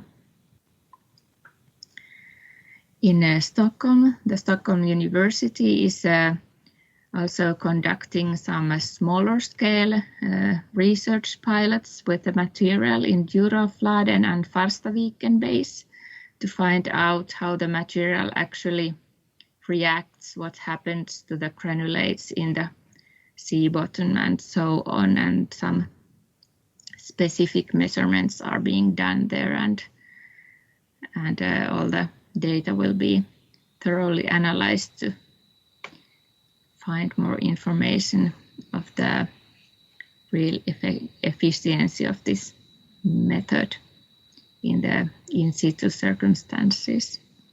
So this is something that we are looking forward to receive the results as well.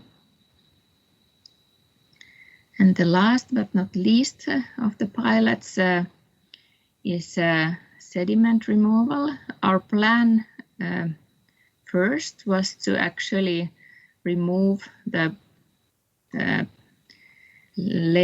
top layer of bottom sediment from one pilot bay, but during the project it was found out to be way too expensive for the project budget, so we needed to do some replanning of the pilot, and we decided to implement the sediment incubation tests instead. So that means in practice that this anoxic bottom sediment will be taken up with samplers that are not mixing the sediment layers, but it will be taken up as similar layers as it is in the bottom of the bay.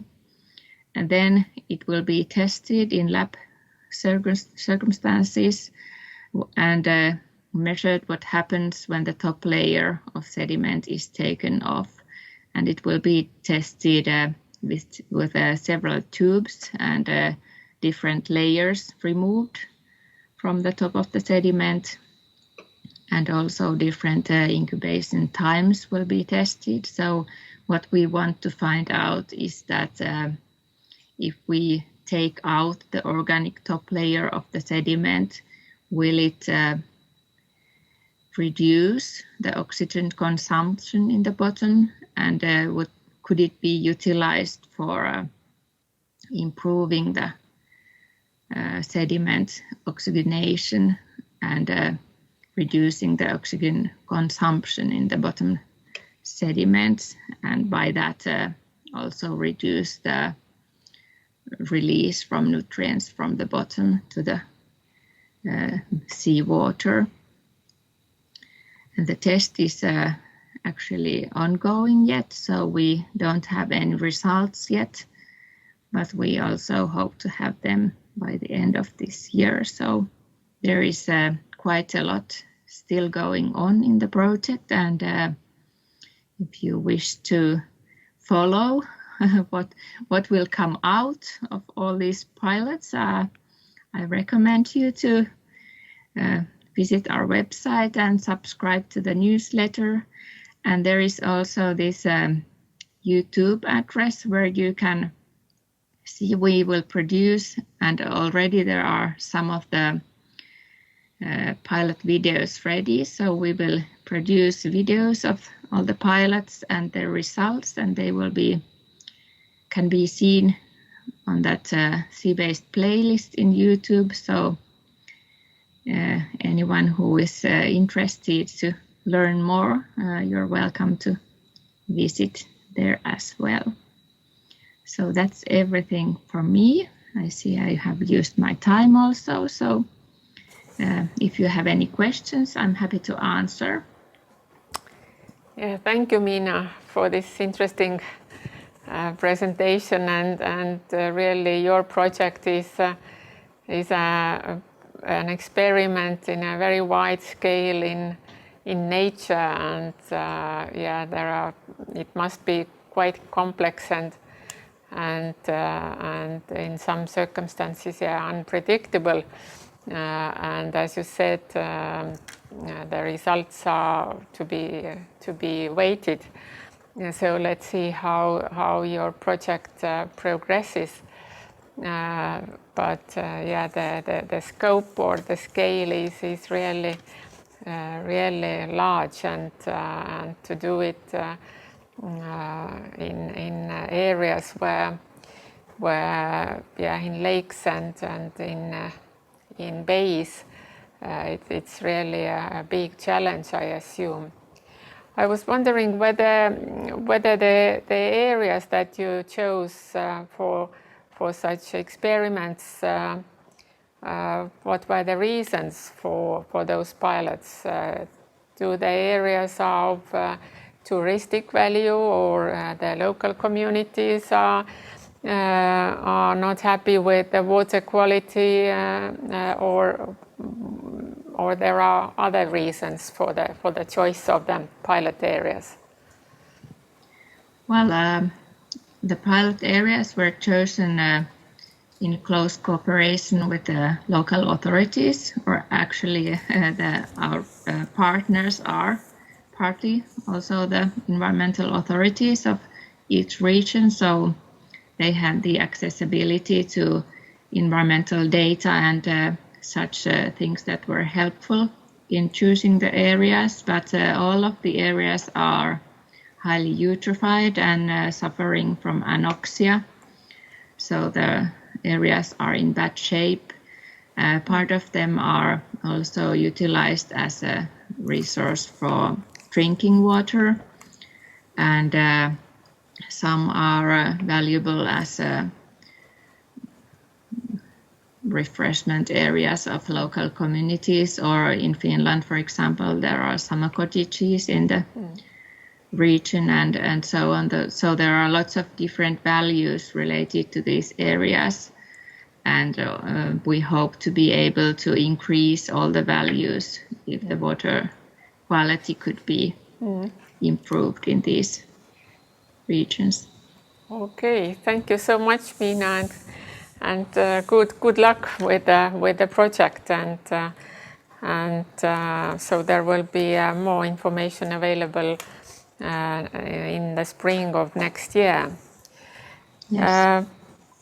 The last speaker comes from Turku University of Applied Sciences, Jan Körber, and he brings us back to the urban environment, and Jan will introduce a decision-making tool for choosing or selecting appropriate measures for stormwater management.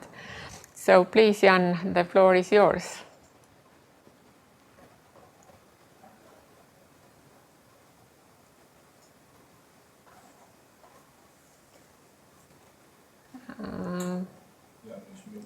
You are muted, Jan.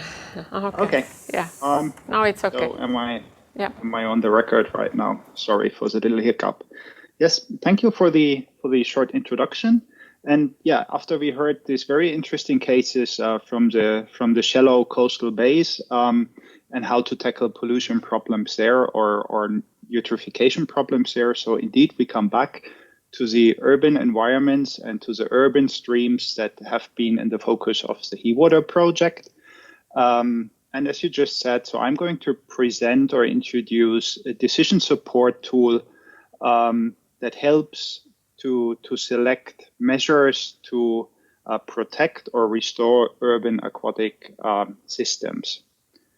I will start with a short introduction. Why is a selection tool or decision support tool at all?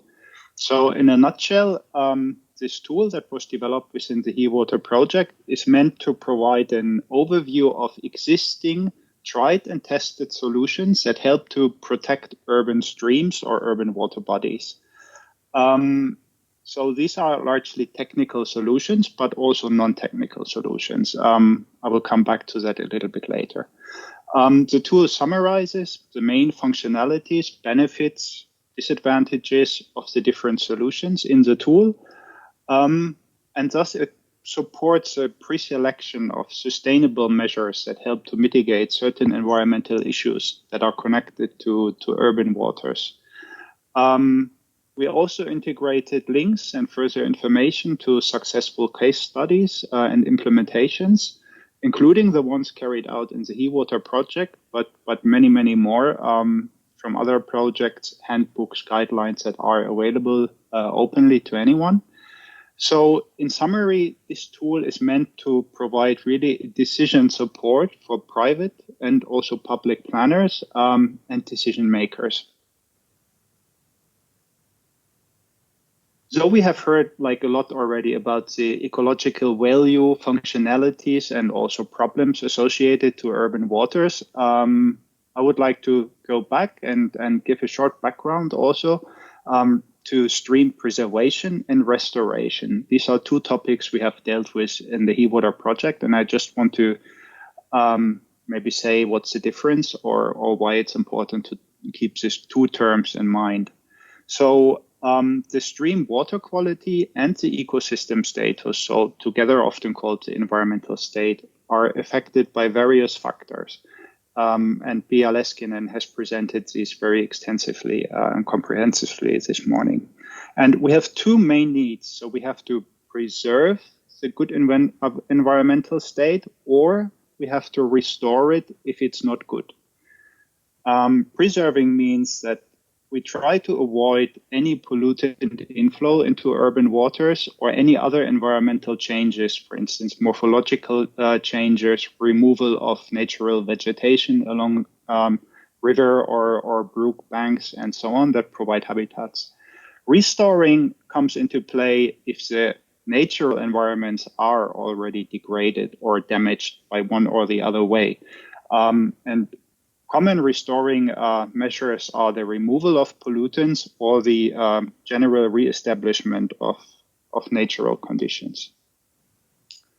Now, as we are talking about urban streams and urban environments, we have to be aware that there are competing and or conflicting elements in urban development. And any preservation or restoration measures of urban waters compete with other activities of urban development. For instance, we have a need and an interest to develop roads, buildings, parking lots, but also recreational areas like playgrounds. We have to accommodate for industry and business, but at the same time, we want to provide room for nature, basically, and for natural solutions. And often these preservation and restoration measures are of the secondary priority in this development goal. So we first develop, let's say, roads and buildings, and then think about the nature. And then if we want to accommodate for certain green elements, if we want to keep urban brooks and rivers in a natural state, often planners run into the problem that space and funding to do so is pretty limited. So therefore, any measures that are taken to protect urban waters, they usually must be multifunctional. So it is not only the urban environment or ecosystem that is a main target, but there needs to be added values, be it a drainage function for stormwater, be it an amenity value for the citizens, or so on. So all this gives the planners a few headaches. So on the one hand, they want to provide this, what we see up here, so flooding of streets, for instance, and at the same time, at the base case, they want to balance these gray solutions, so piping systems, for instance, and natural streams. And beyond that, there's a number of main issues that we have to consider when we talk about river restoration and protection. So whether any development plans for urban ecosystems can be included in the initial development plans, or do we have to retrofit some solutions? So do we have to add on something to existing urban districts, for instance? We have to find a balance between conventional infrastructures like roads and sewer systems and green solutions, for instance, roadside ditches, swales, or small brooks. And we have to balance between urban and natural land use. For instance, we have to be arbitrary whether we want to preserve floodplains of urban rivers or if we want to convert them into parking lots. To achieve this balance, we have heard already a lot today. One way is to work with nature-based solutions or low-impact development to manage urban water. So, for instance, we can add rain gardens or vegetated detention ponds, like it happened in Söderhamn. We can add green roofs to our buildings and so on. But there's also regulatory measures. So the municipalities can raise stormwater fees, perhaps bound to an incentive for property owners to handle stormwater on site on their properties. They can use building acts to require the inclusion of green elements or preservation of green space, and so on. So there's many options at hand, technical and non-technical. And not the least, there are also incentives that can be given to the citizens, to the general public, to kind of spark participatory measures, co-creation events, citizens' initiatives, and so on. Well, now, how did we develop this tool that should support all this planning of urban and stream management, urban stormwater management? We have done extensive literature review. We have tried to benchmark proven solutions that are out there. We have mapped case studies, largely in the Baltic Sea region, of successful implementations and examples. But of course, we have done our own research and development within the project. And as Sari presented, Suka has done extensive surveys from which we also gained information that we could feed in this tool. We collected all this information in a tabulated form, so in a spreadsheet, and that's the basis or the database of our decision support tool. Now, what does the tool concretely provide, actually? As I said, so it's providing an overview of proven measures for source control of urban runoff and pollutants, for removal of pollutants that has already entered urban streams and ecosystems, and for the restoration of these. And as I said before, we really try to focus on solutions that are applicable in the Baltic Sea region environmental conditions, and considering the size of the cities, the climatic conditions, and so on. We considered the technical and non-technical measures in the tool. And for each of these, we provided a very brief description of the main functionalities regarding the placement possibilities. So, for instance, for roadside ditches or green roofs, where are preferred locations to locate them? What are the space requirements? And along with that, also we provided kind of a summary of the main advantages and disadvantages that are connected to these solutions. And then for each individual solutions, there is a link to further case studies and information. And as said, also the Heawater pilots and results will be eventually included in here. So that said, it's a simple selection guide. The solutions we included in our decision support tool and the database behind contains primary and secondary functions. Primary functions are such like stream restoration, runoff reduction or runoff delay, pollutant removal, and so on and so on. While secondary functions are, for instance, the improvement of air qualities through plant-based filtration or noise reduction through green elements or simply amenity values or recreational values for the citizens. Now, a few words what the tool does not provide, actually. So the tool does not provide any planning guidelines, so dimensioning instructions, technical specifications, how a rain garden has to be built, and so on. It also doesn't include any operation, maintenance, and monitoring instructions, for instance, for rain gardens, or any estimation of costs that are connected to this operation and maintenance operations. So that said, the tool is really meant just to give a first idea and some inspiration, but it must not be used as a technical planning tool. So that said, it's basically addressed as anyone who wants to do something about the health of urban streams or water systems, who wants to reduce pollution, mitigate local flood risk, preserve or help to restore urban ecosystems, increase urban biodiversity, and thus also the climate resilience of our cities. And the public or the potential users we have in mind are public planners and decision makers, but also private organizations. So from individual citizens and households to companies that are considering to develop their own property.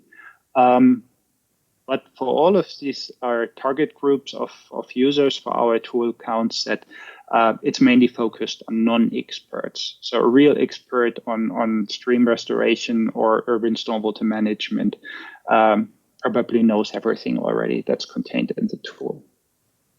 Well, now I would like to show you how the tool works actually after all the theoretical introduction to it. And to do so, I have made a little screen recording of the current version we have. So it's an Excel-based tool, so it's a spreadsheet-based tool, and I will just show you a few examples on how to use it. So this is more or less the first steps that you start off with, where you can choose a goal. What actually you have in mind. Do you want to enhance or improve the water quality of an urban brook? Do you want to enhance the water quantities? That means, do you want to do something about flood control? Or do you have other things in mind, like biodiversity or amenity values? Now, from all these different options that are given here, like for the first two ones, for instance, the removal of pollutants or the reduction of runoff, you can check whichever are the most relevant to you. So check means you can just click a box to select some of these. So let's go here and say, well, we want to improve the water quality by removing solids, but I also want to do something about the flood risk. I want to do runoff delay, and I want to enhance the biodiversity in my target area. So with that choice, you can go to the second step, where you can specify the type of solutions you're looking for. Again, we have a separation into water quality related issues, quantity related issue, and other goals. And for all three of them, you can specify whether you're primarily looking for technical solutions, governance related solutions, or laws and acts, fees, and so on, or participatory solutions, so citizens initiatives, for instance.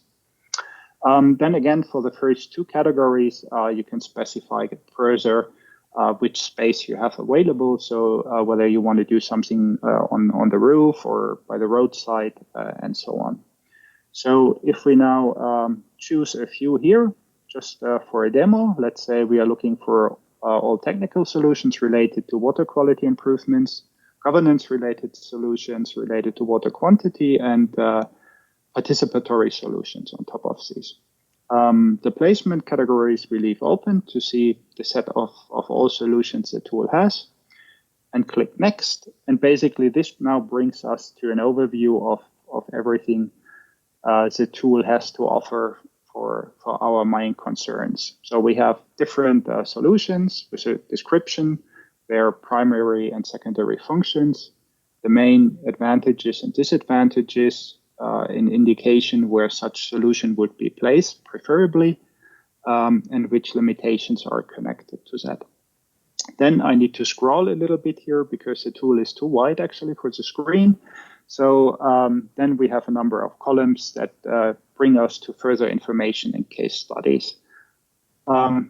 That's basically how the tool looks like. We are now still in the phase of doing the final layouting and making it look a little bit nicer and neater and smoother to work, but it's soon ready and will be published. So how to use the tool? I basically said it already. So it's a very simple tool that is implemented as Microsoft Excel file. And that can be used by just anyone who has access to Microsoft Excel as a desktop or online version. A user quick guide is included or will be included on the starting page.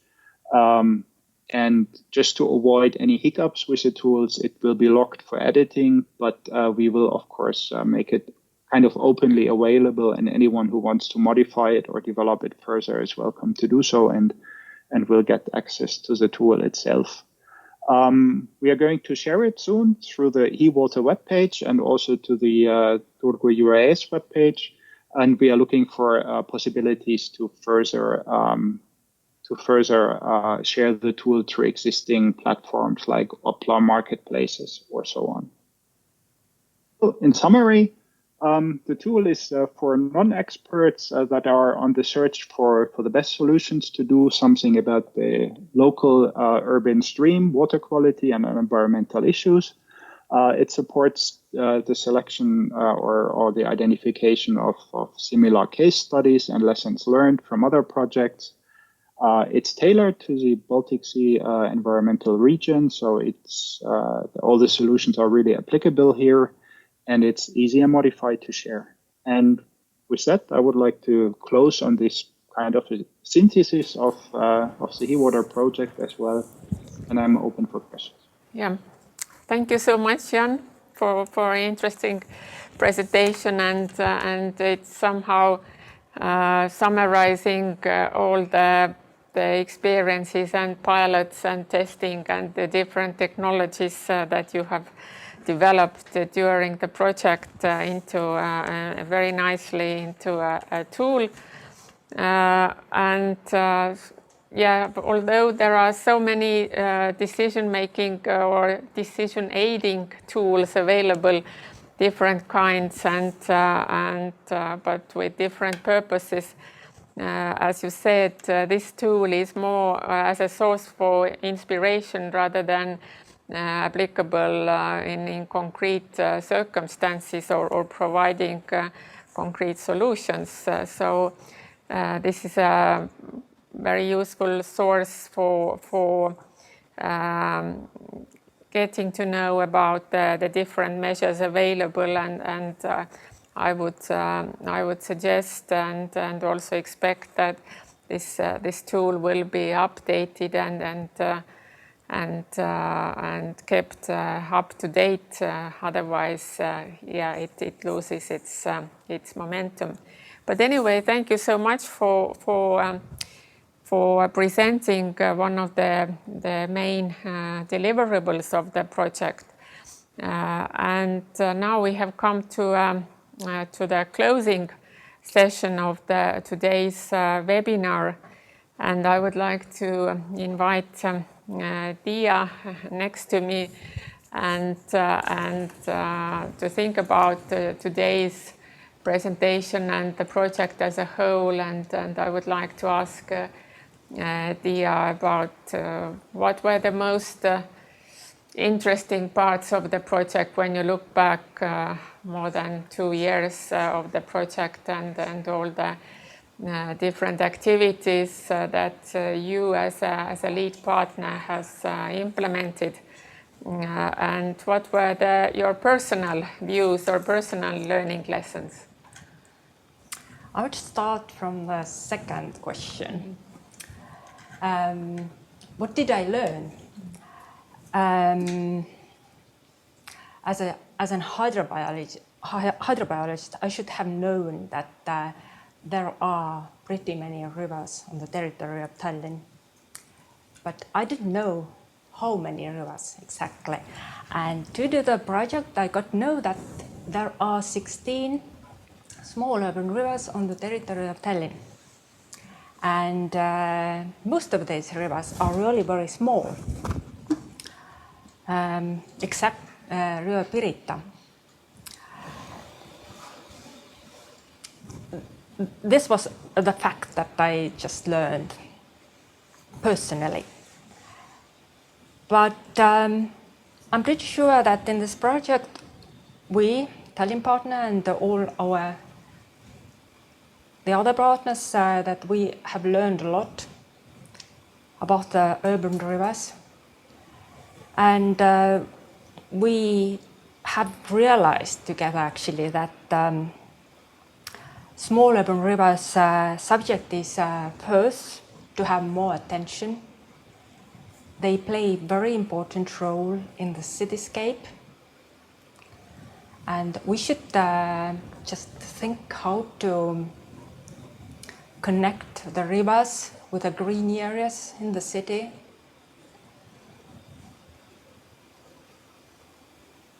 And maybe we should also implement more projects to make more research on urban rivers as well. That's it, what I would say now. Yeah, this is what I learned from today's. I also am very grateful for this opportunity to moderate today's meeting or webinar, and via this also to learn so many new things about the urban rivers and how to protect them, and what are the impacts and what are the sources of the pollution, and how to tackle the sources and the end of pipe measures, and what are the practices in different countries, in different cities. And I think it gives a very good impetus for continuing with this subject and to create and develop new projects. But I would like now to give you the final words, and then we we can close the today's webinar. Thank you. Thank you. I will be short. Dear webinar participants, thank you very much for your participation. Hopefully you enjoyed it. The recorded webinar will be available at the same location where you watched the live one. And dear project partners, this webinar, we just nearly finished. It was our last joint event. I highly appreciate the cooperation that everyone displayed. And as I said, that we together realized that small urban rivers subject is very, very interesting and first to have more attention. So, looking forward to the next project. And I would like to thank Kaja for your excellent job on moderating the webinar. So, have a nice day. Thank you.